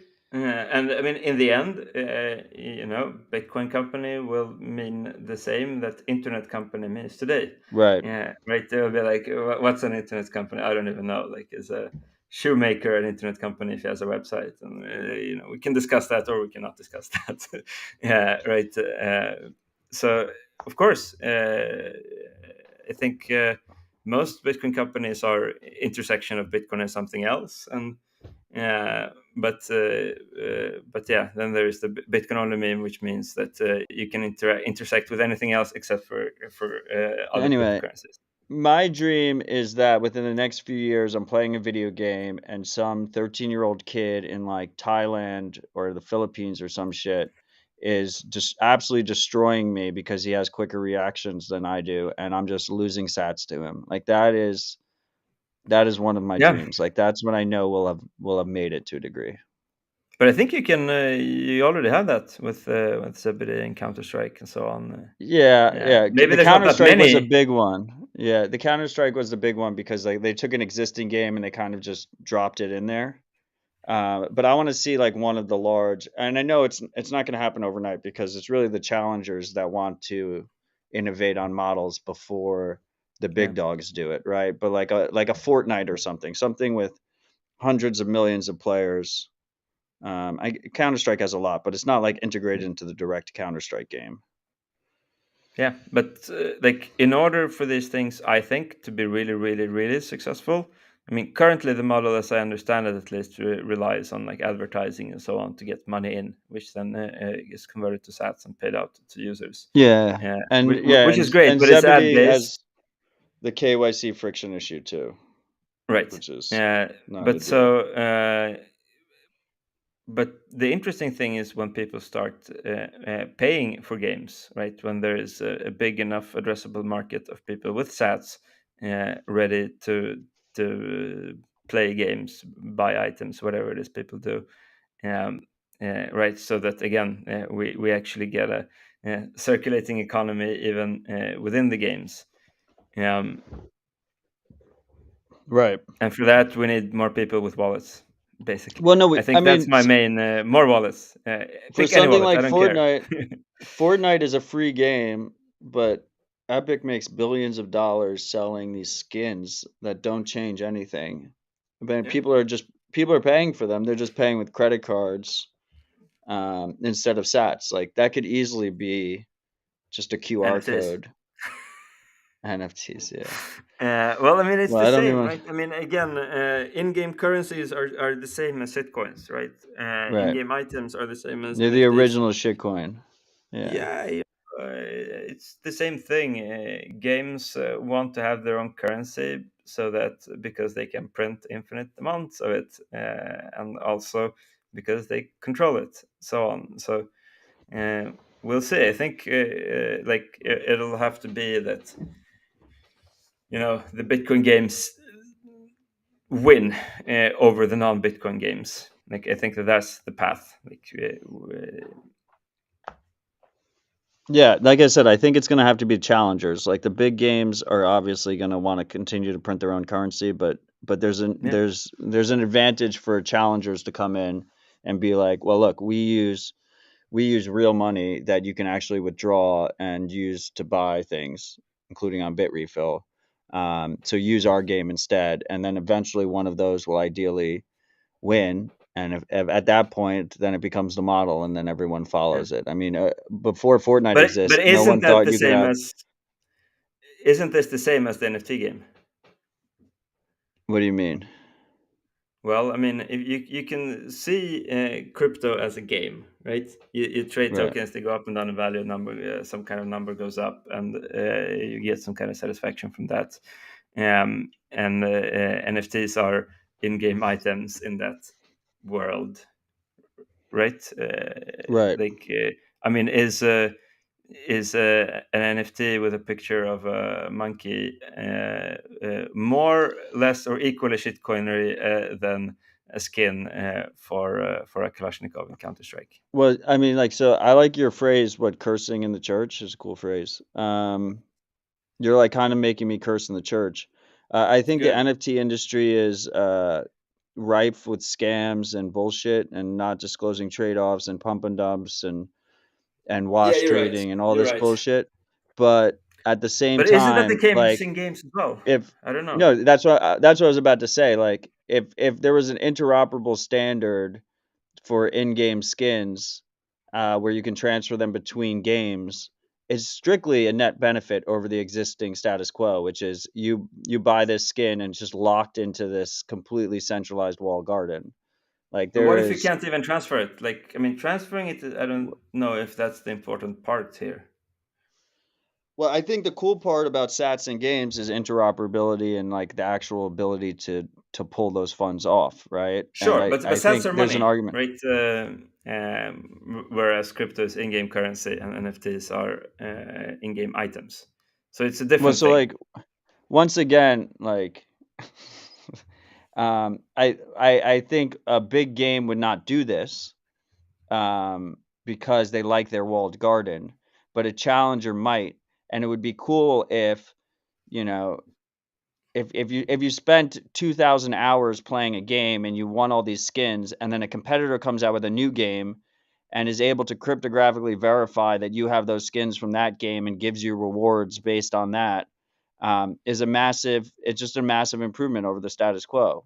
Like if I spend 2,000 hours playing this one game and then a competitor comes out and is able to actually reward me for playing a different game that they didn't make, to Yeah, kind of bring but me in, but you know what's that's a going to net happen benefit for in this? gamers. But the second iteration of that is that one game is going to figure out that if we can present these in-game items as speculative items that are going to go up in value, I know. It's just gonna be all then scam bullshit all it's over going to again. be popular, and we would have reinvented NFTs.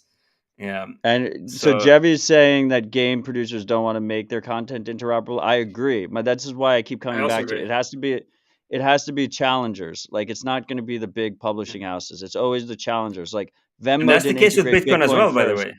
Yeah, Venmo didn't integrate Bitcoin first. Cash App did. Cash App was number 2 in the payment space in the US, and they needed an Yeah, edge, so they integrated Bitcoin. And then guess what happened? Venmo had no choice but to integrate Bitcoin, and they had no choice but to integrate Bitcoin withdrawals, which I've been on the record saying they never were going to do. And now we end up in a situation where you can transfer between Venmo and Cash App easily using Bitcoin. And it I was had no because the idea of this. challenger adopted it first. Interesting. Yeah, I mean, Yeah, I I mean, you think that can withdraw from Venmo in Bitcoin and you can deposit it to Cash App with Bitcoin, so you can transfer between the 2 for the first time in I human had no history, idea. and it's This is and massive. it's yeah, it's just because of game theory incentives, right? The challenger adopts it first, the challenger Yeah. starts to win, and then the incumbent has to kind of kowtow to it and come in. Yeah, and I think that that's in terms of the Bitcoin marketing team, is that like that's what Bitcoin should focus at, the challengers, but also like the everyone else's, because the dominant player is never going to. They're disincentivized from interoperability, and this goes even inside, in the Bitcoin space as well. That like the large wallets are less incentivized to make transactions. The large exchanges are not incentivized to make withdrawals easy, and so on. So it always has to be, yeah, the small ones, the everyone else, and then the way that we win is that if the combined efforts of the everyone else reaches a tipping point, I don't know, 50% or something, then suddenly we will have standards, we will have interoperability, and Yeah. all of these things. Uh, so I mean, this has been a great conversation. I've absolutely enjoyed it. We do have Likewise. Cypherodium in the Matrix chat saying when Citadel coin, and then you realize that it already exists by someone else because every shitcoin under the sun, like there's names for everything already.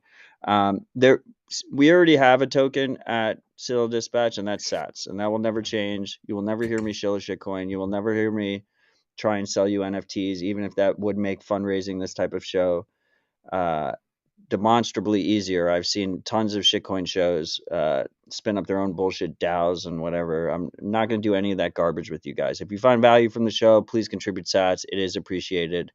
Um, you just go to citadeldispatch.com and click that big support the show button, and I'll take you to the geyser page.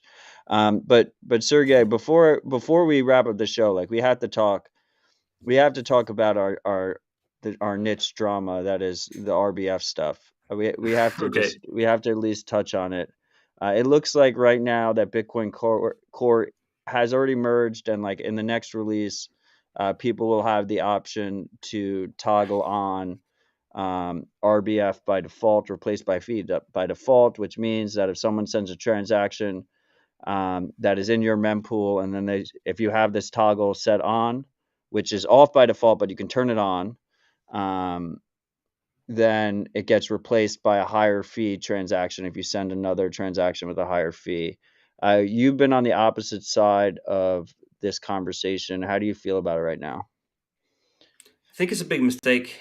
Um, I think I've spoken up about it.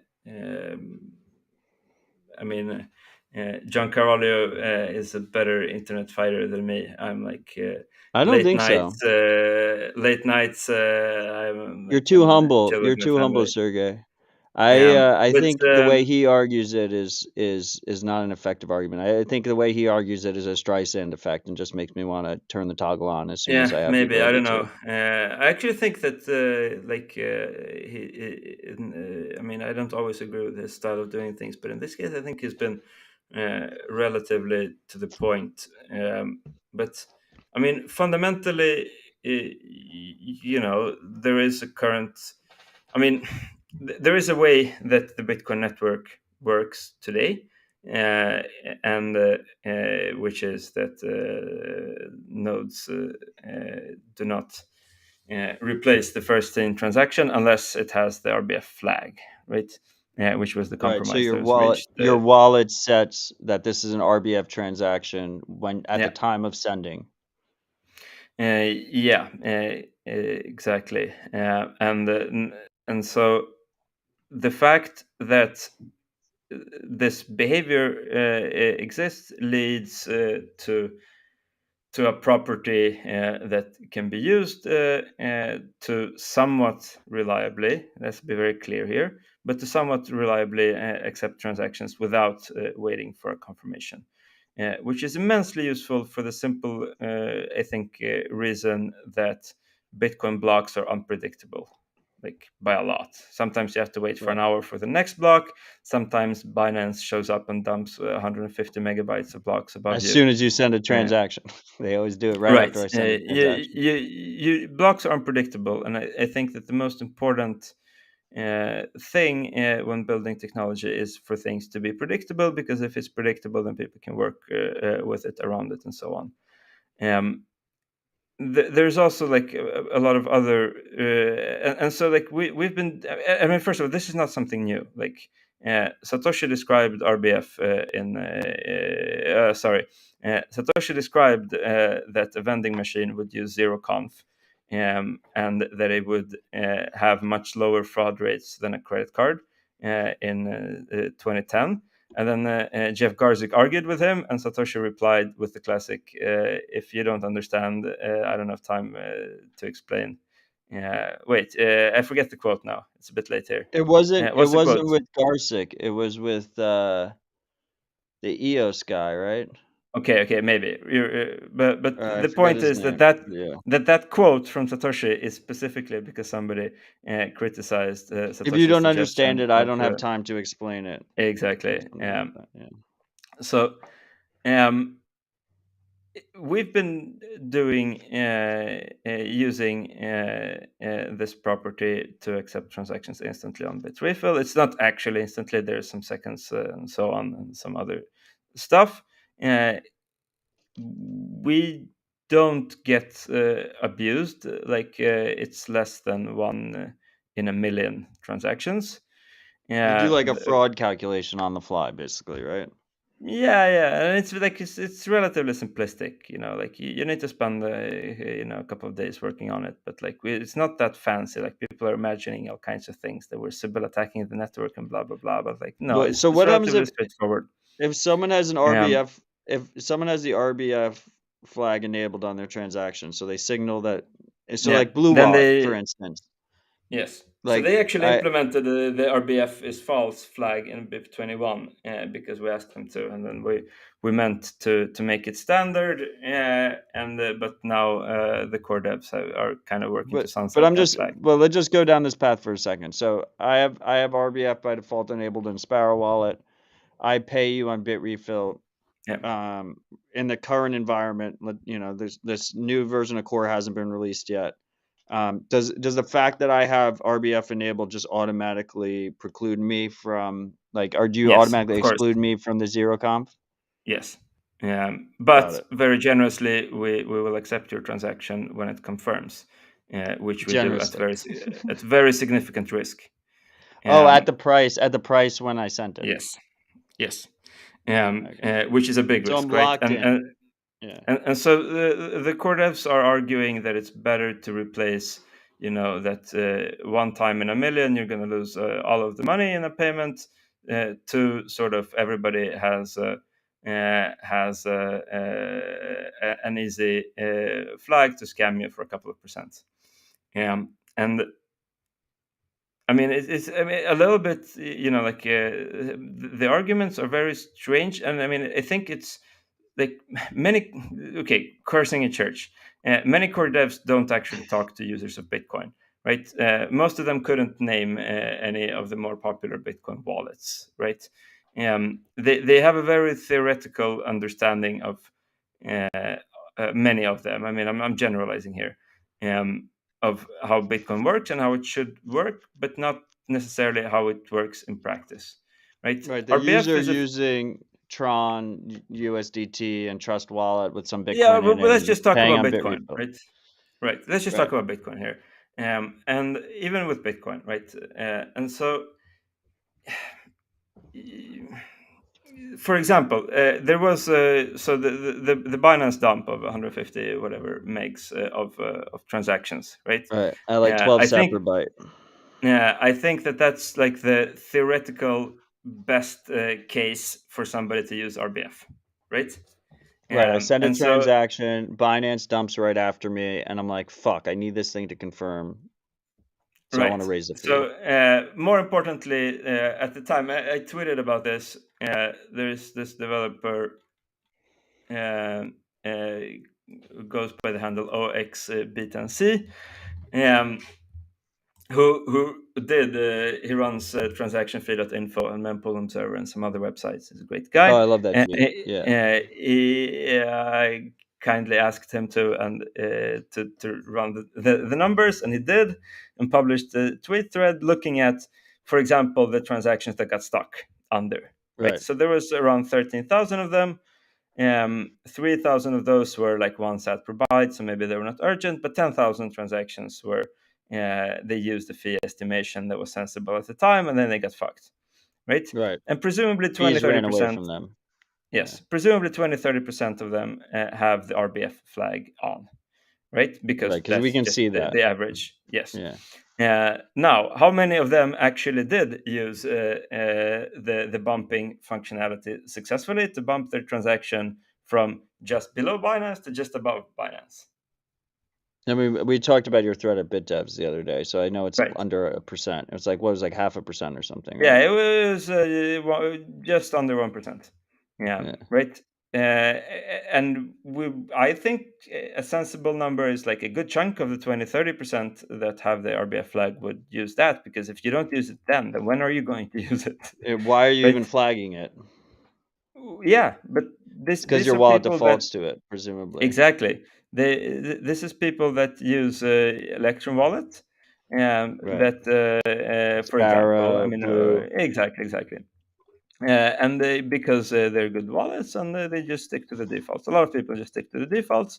Again, people who use it as a Everyone sticks to tool. defaults. Exactly. Um, so, like, we haven't successfully even explained to the people that use wallets that support this feature that you can do this, and how to do it, and how it works, and so on. We successfully, 1% out of 20, 30%. So, like, 1 in 20, let's say, to be generous, of RBF users successfully bumped their transaction. Um, and so, for the benefit of this being the standard for other people who have no way as well in hell to do it, right? I mean, somebody who sends a transaction from Coinbase, or somebody who sends a transaction from Trust Wallet, or Exodus Wallet, or all of these things, like, they're not going to have any access to this functionality, so they don't get the benefit of this new policy. Yeah, but they do suddenly end up in a situation where yeah, suddenly their purchase didn't happen.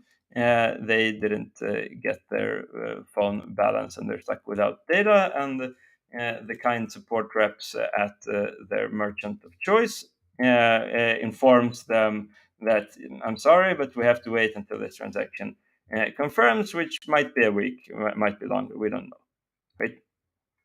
And so, and this is Right. kind of like, or maybe they will inform them that, hey, if you have your seed phrase, maybe you can restore your wallet in Electrum, and you go through the following procedure. Like, I mean, it's not realistic, right? Right. Um, so we kind of Well, end like up, wallets like Blue Wallet have like a big bump fee button, and yet, um, or they and have yet it like wasn't used. even, I mean, even worse for you. I mean, now they have like the cancel Sure, transaction button, which is really it's like the not worse commit for me. fraud. Well, I We joke don't. around that it's the button. Like if it was going to be actively described, it should really say like commit fraud button. It's Um, not, well. I mean, no, I don't think that's fair. But yeah, but it's provocative, which is important. yeah. So, I mean, in the end, we end up, if, I mean, if a meaningful part of the network uses this flag, which is not at all a given, I think it's more likely that they don't. But if a meaningful part of the network does, then suddenly we have a Bitcoin that, like, transactions are relayed by some nodes, not by others. It's confusing. Different mempools have very different understandings of the world. um, we still have all of the pinning attacks on Lightning possible. Right. People who are shopping will have a suckier experience. The support reps of the companies that provide this will have the very unpleasant experience of explaining to them that this is because of how Bitcoin works, and so as a result, a lot of people will perceive Bitcoin to be working badly. Um, and the reasoning for this is that it was always theoretically possible, right? Yeah, and Well, no, theoretically the reasoning possible. is I can argue the other side because I mean I'm still not convinced that this is a bad idea. I mean, the argument to me is in a low fee environment, an environment that we've been in for like the last 8 months, where one sapper byte gets into the next block, this policy doesn't really matter one way or the other for the most part. And then in a sustained Incorrect. high fee environment, why not? You don't know what the next block is going to be. Right. I First mean, of all, what you said it's is not not true. I instant. mean, fees are not always 1 cent per byte. It's only at But night there's and been a weekends and lot so on. for a long trend for Yeah, and months it's going to be for like that months for one foreseeable sapper byte. future. Yeah. Yeah, but But then my argument is this is a mempool policy. Advanced users can already change it themselves. This just makes it easier for the average node runner to choose yeah. what their So own there's mempool does. yeah, so there's also a bit confusion because some people use the word users in different ways, right? So in the core dev community, a user is a user of Bitcoin Core, right? Whereas I Right. would argue that a user is a user of Bitcoin transactions, which are very different, right? I mean, there's 40,000 nodes out there which create a network which has all of these effects, whereas there's millions of people that use Bitcoin transactions as a thing. Um, So I mean, it creates a policy again where Bitcoin becomes on-chain. Bitcoin becomes unpredictable. It exposes merchants to bigger risks, not the double spend risk, but the currency risk. It doesn't achieve any of the benefits. In a lot of ways, it's like, I mean, like the probability. I actually looked up the probability of a plane crashing, and that's like 1 in 10 million, right? Versus a double spend by our at least from our data is like 1 in 1 million, 1 in 1 million something, right? So it's So like, you're more likely to get double spent than die in a plane crash.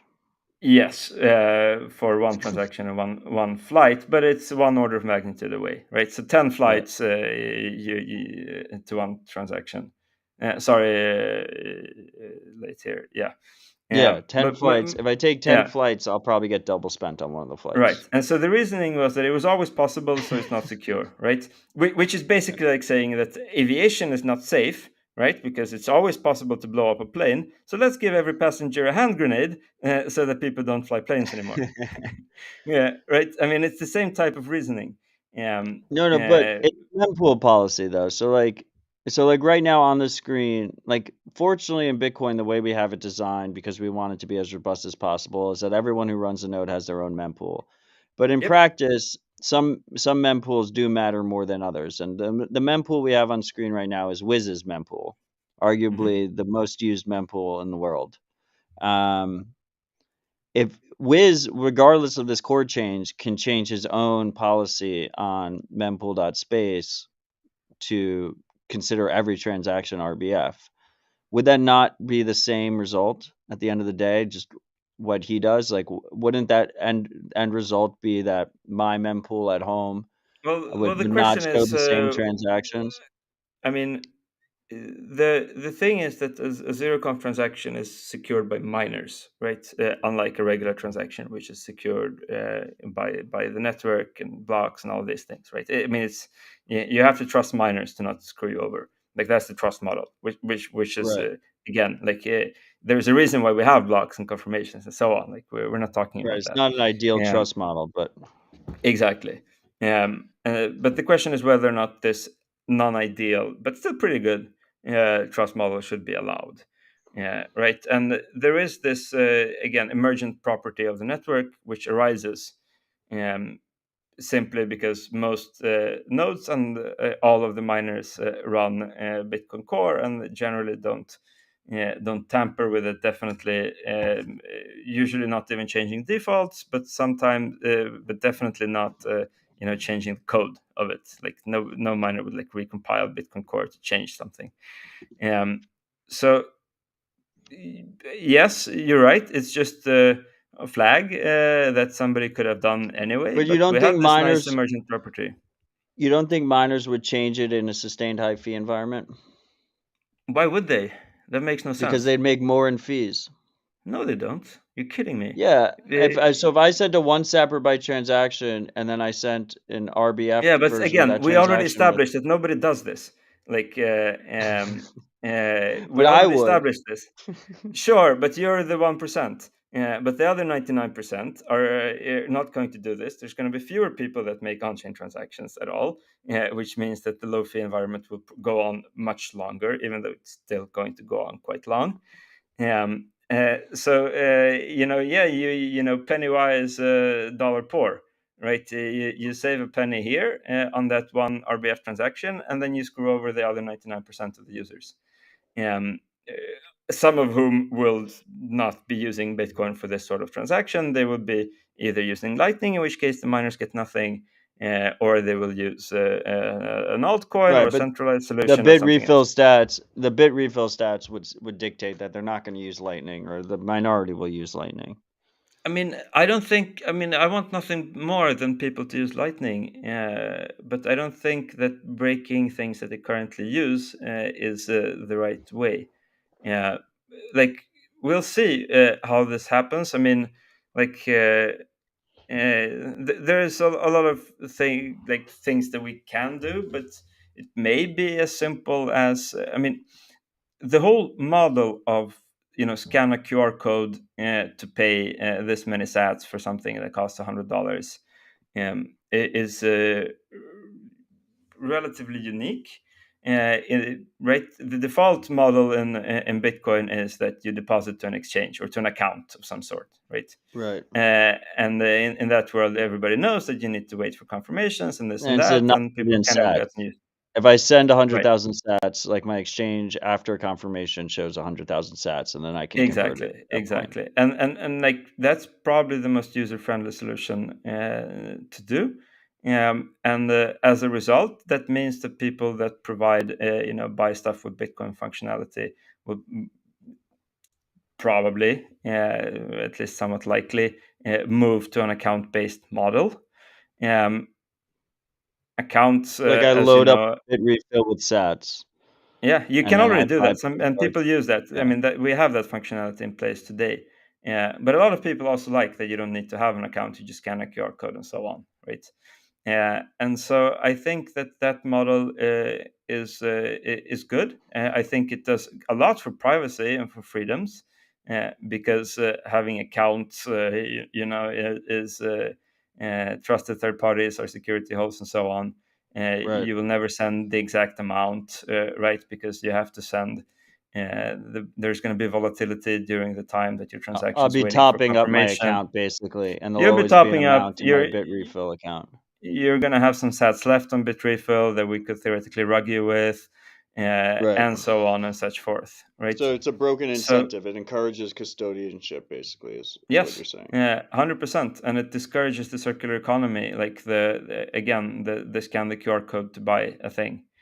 Um, so and it was done, like, hey, everybody in the mailing list agreed. I don't think anybody consulted any of the top wallets or merchant services or anything, and none of them were on the mailing list at the time. So the thing passed, and Dario from Moon started raising hell, a little bit too late, it turns out, and we chimed in. I'm very disappointed that the other merchants that I've talked to uh, all agreed that this was really bad, but none of them actually spoke up. At least not on the mailing list, which maybe They're too indicates scared to that. speak publicly. They don't want I think backlash, right? so. I think so. And so then Well, I it mean, we've becomes seen that with it's Moon, just Bitrefill. But it's not we've just seen with Bitrefill. It's Moon, everybody that provides you the possibility to buy things by scanning a QR code. we've seen with Moon that there was a bit of a Streisand effect. So as soon as they started making noise about it, like people are actively attacking Moon now because it is possible.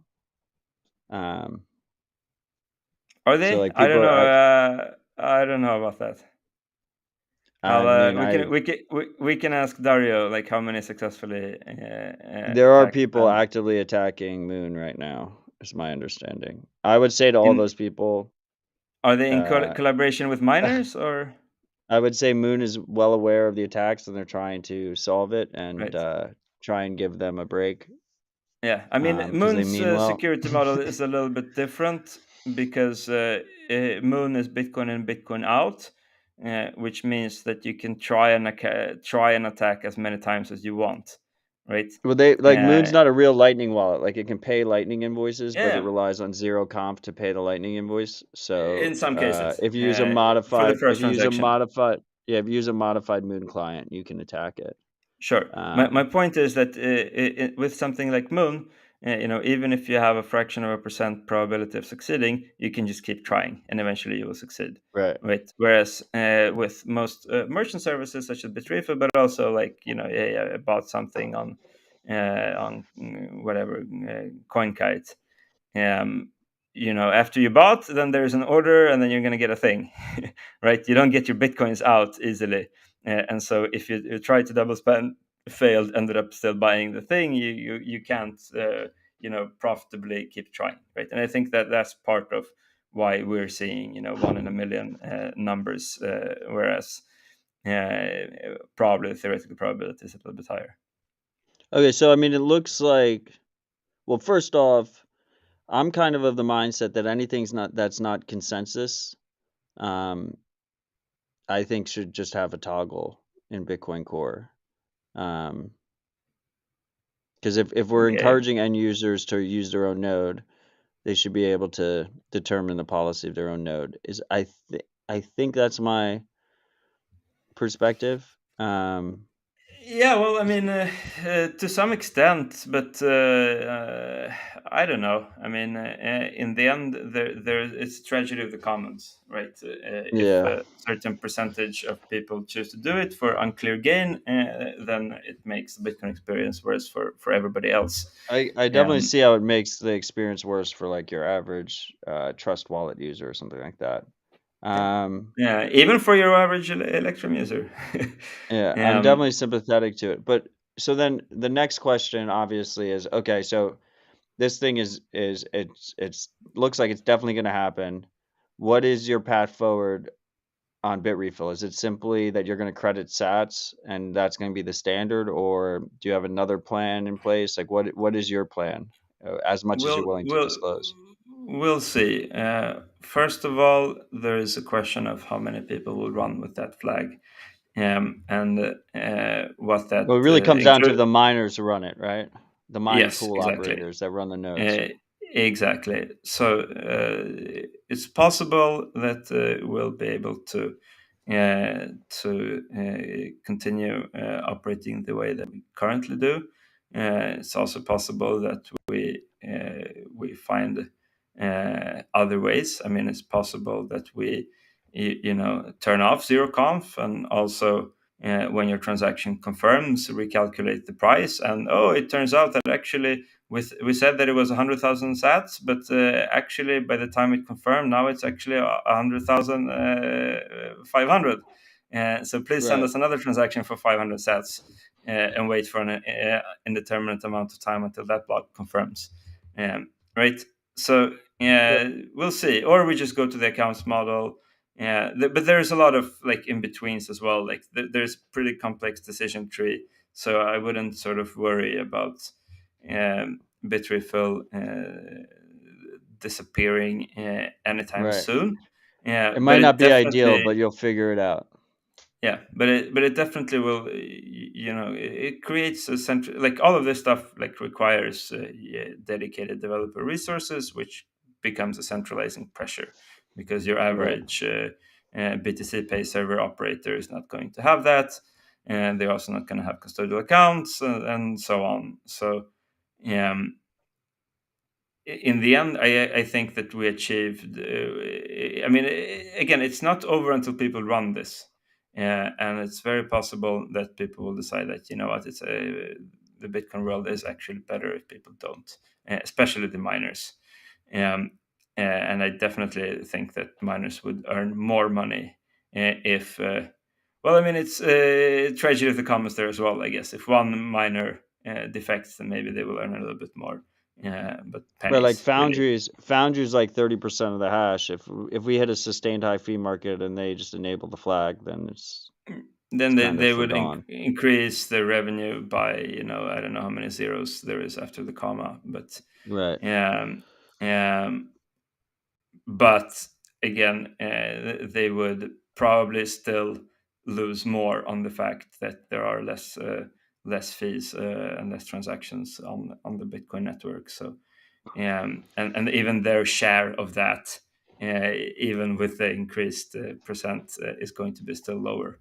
I think if they run the numbers, but Well, it's we'll like see. almost not even tragedy of the commons. It's like short term versus long term thinking, right? Like long term, you think they would make more money if no one enabled it, but short Yeah, term, but they would even obviously see a yeah, gain. well, it depends, but like very short, very small game, right? Yeah. And the damage is pretty quick after. So I don't know. Like I'm of the And school. so, what do you And think users? You think users, like a lot of people will say, users will switch to Lightning. You think users will switch to shitcoins and stablecoins? Yeah, 100%. Yeah, we've already seen these things, so we know that that's yeah, what happens. Litecoin is still alive and kicking. Like Depends on the Litecoin is, definition of alive. oh, it's bigger than Lightning. Yeah, I mean it's a low bar, but okay. Is it okay? But like that's the thing, is that like in a lot of ways, like Litecoin is becoming the big block version of Bitcoin, and doesn't have any of the history and the badness of BCH. But Right. anyway, I think I think we'll see. What happens from this. It's not the end of the world. None of this is. I think it was a poor decision. I think it was poorly underbuilt decision. Like if there was a more thorough process, then it could have been avoided. Um, there are other things that Bitcoin Core has have done in the past 5 years that have gotten adoption. For example, fee estimation is a thing now. It wasn't a thing 5 years ago, right? Almost all transactions today use fee estimation. They Right. didn't 5 years ago. So there are things that come out of the Bitcoin Core project that are successful, and there are things that are not successful. And I think it's unfortunate to double down on those which are not successful. Fair enough. Fair enough. Um, Look, I want to thank you again for joining us. I thoroughly enjoyed this conversation. I hope the freaks did as Yeah, well. likewise. Do you have any final thoughts for us before we wrap up? No, man, I'm quite tired here, so Fair I enough. think I rambled on. Thank you so much for bearing with me and all of my church cursing. Well, I appreciate you joining us for 2.5 hours. I know time is money and your time is scarce, so it does mean a lot.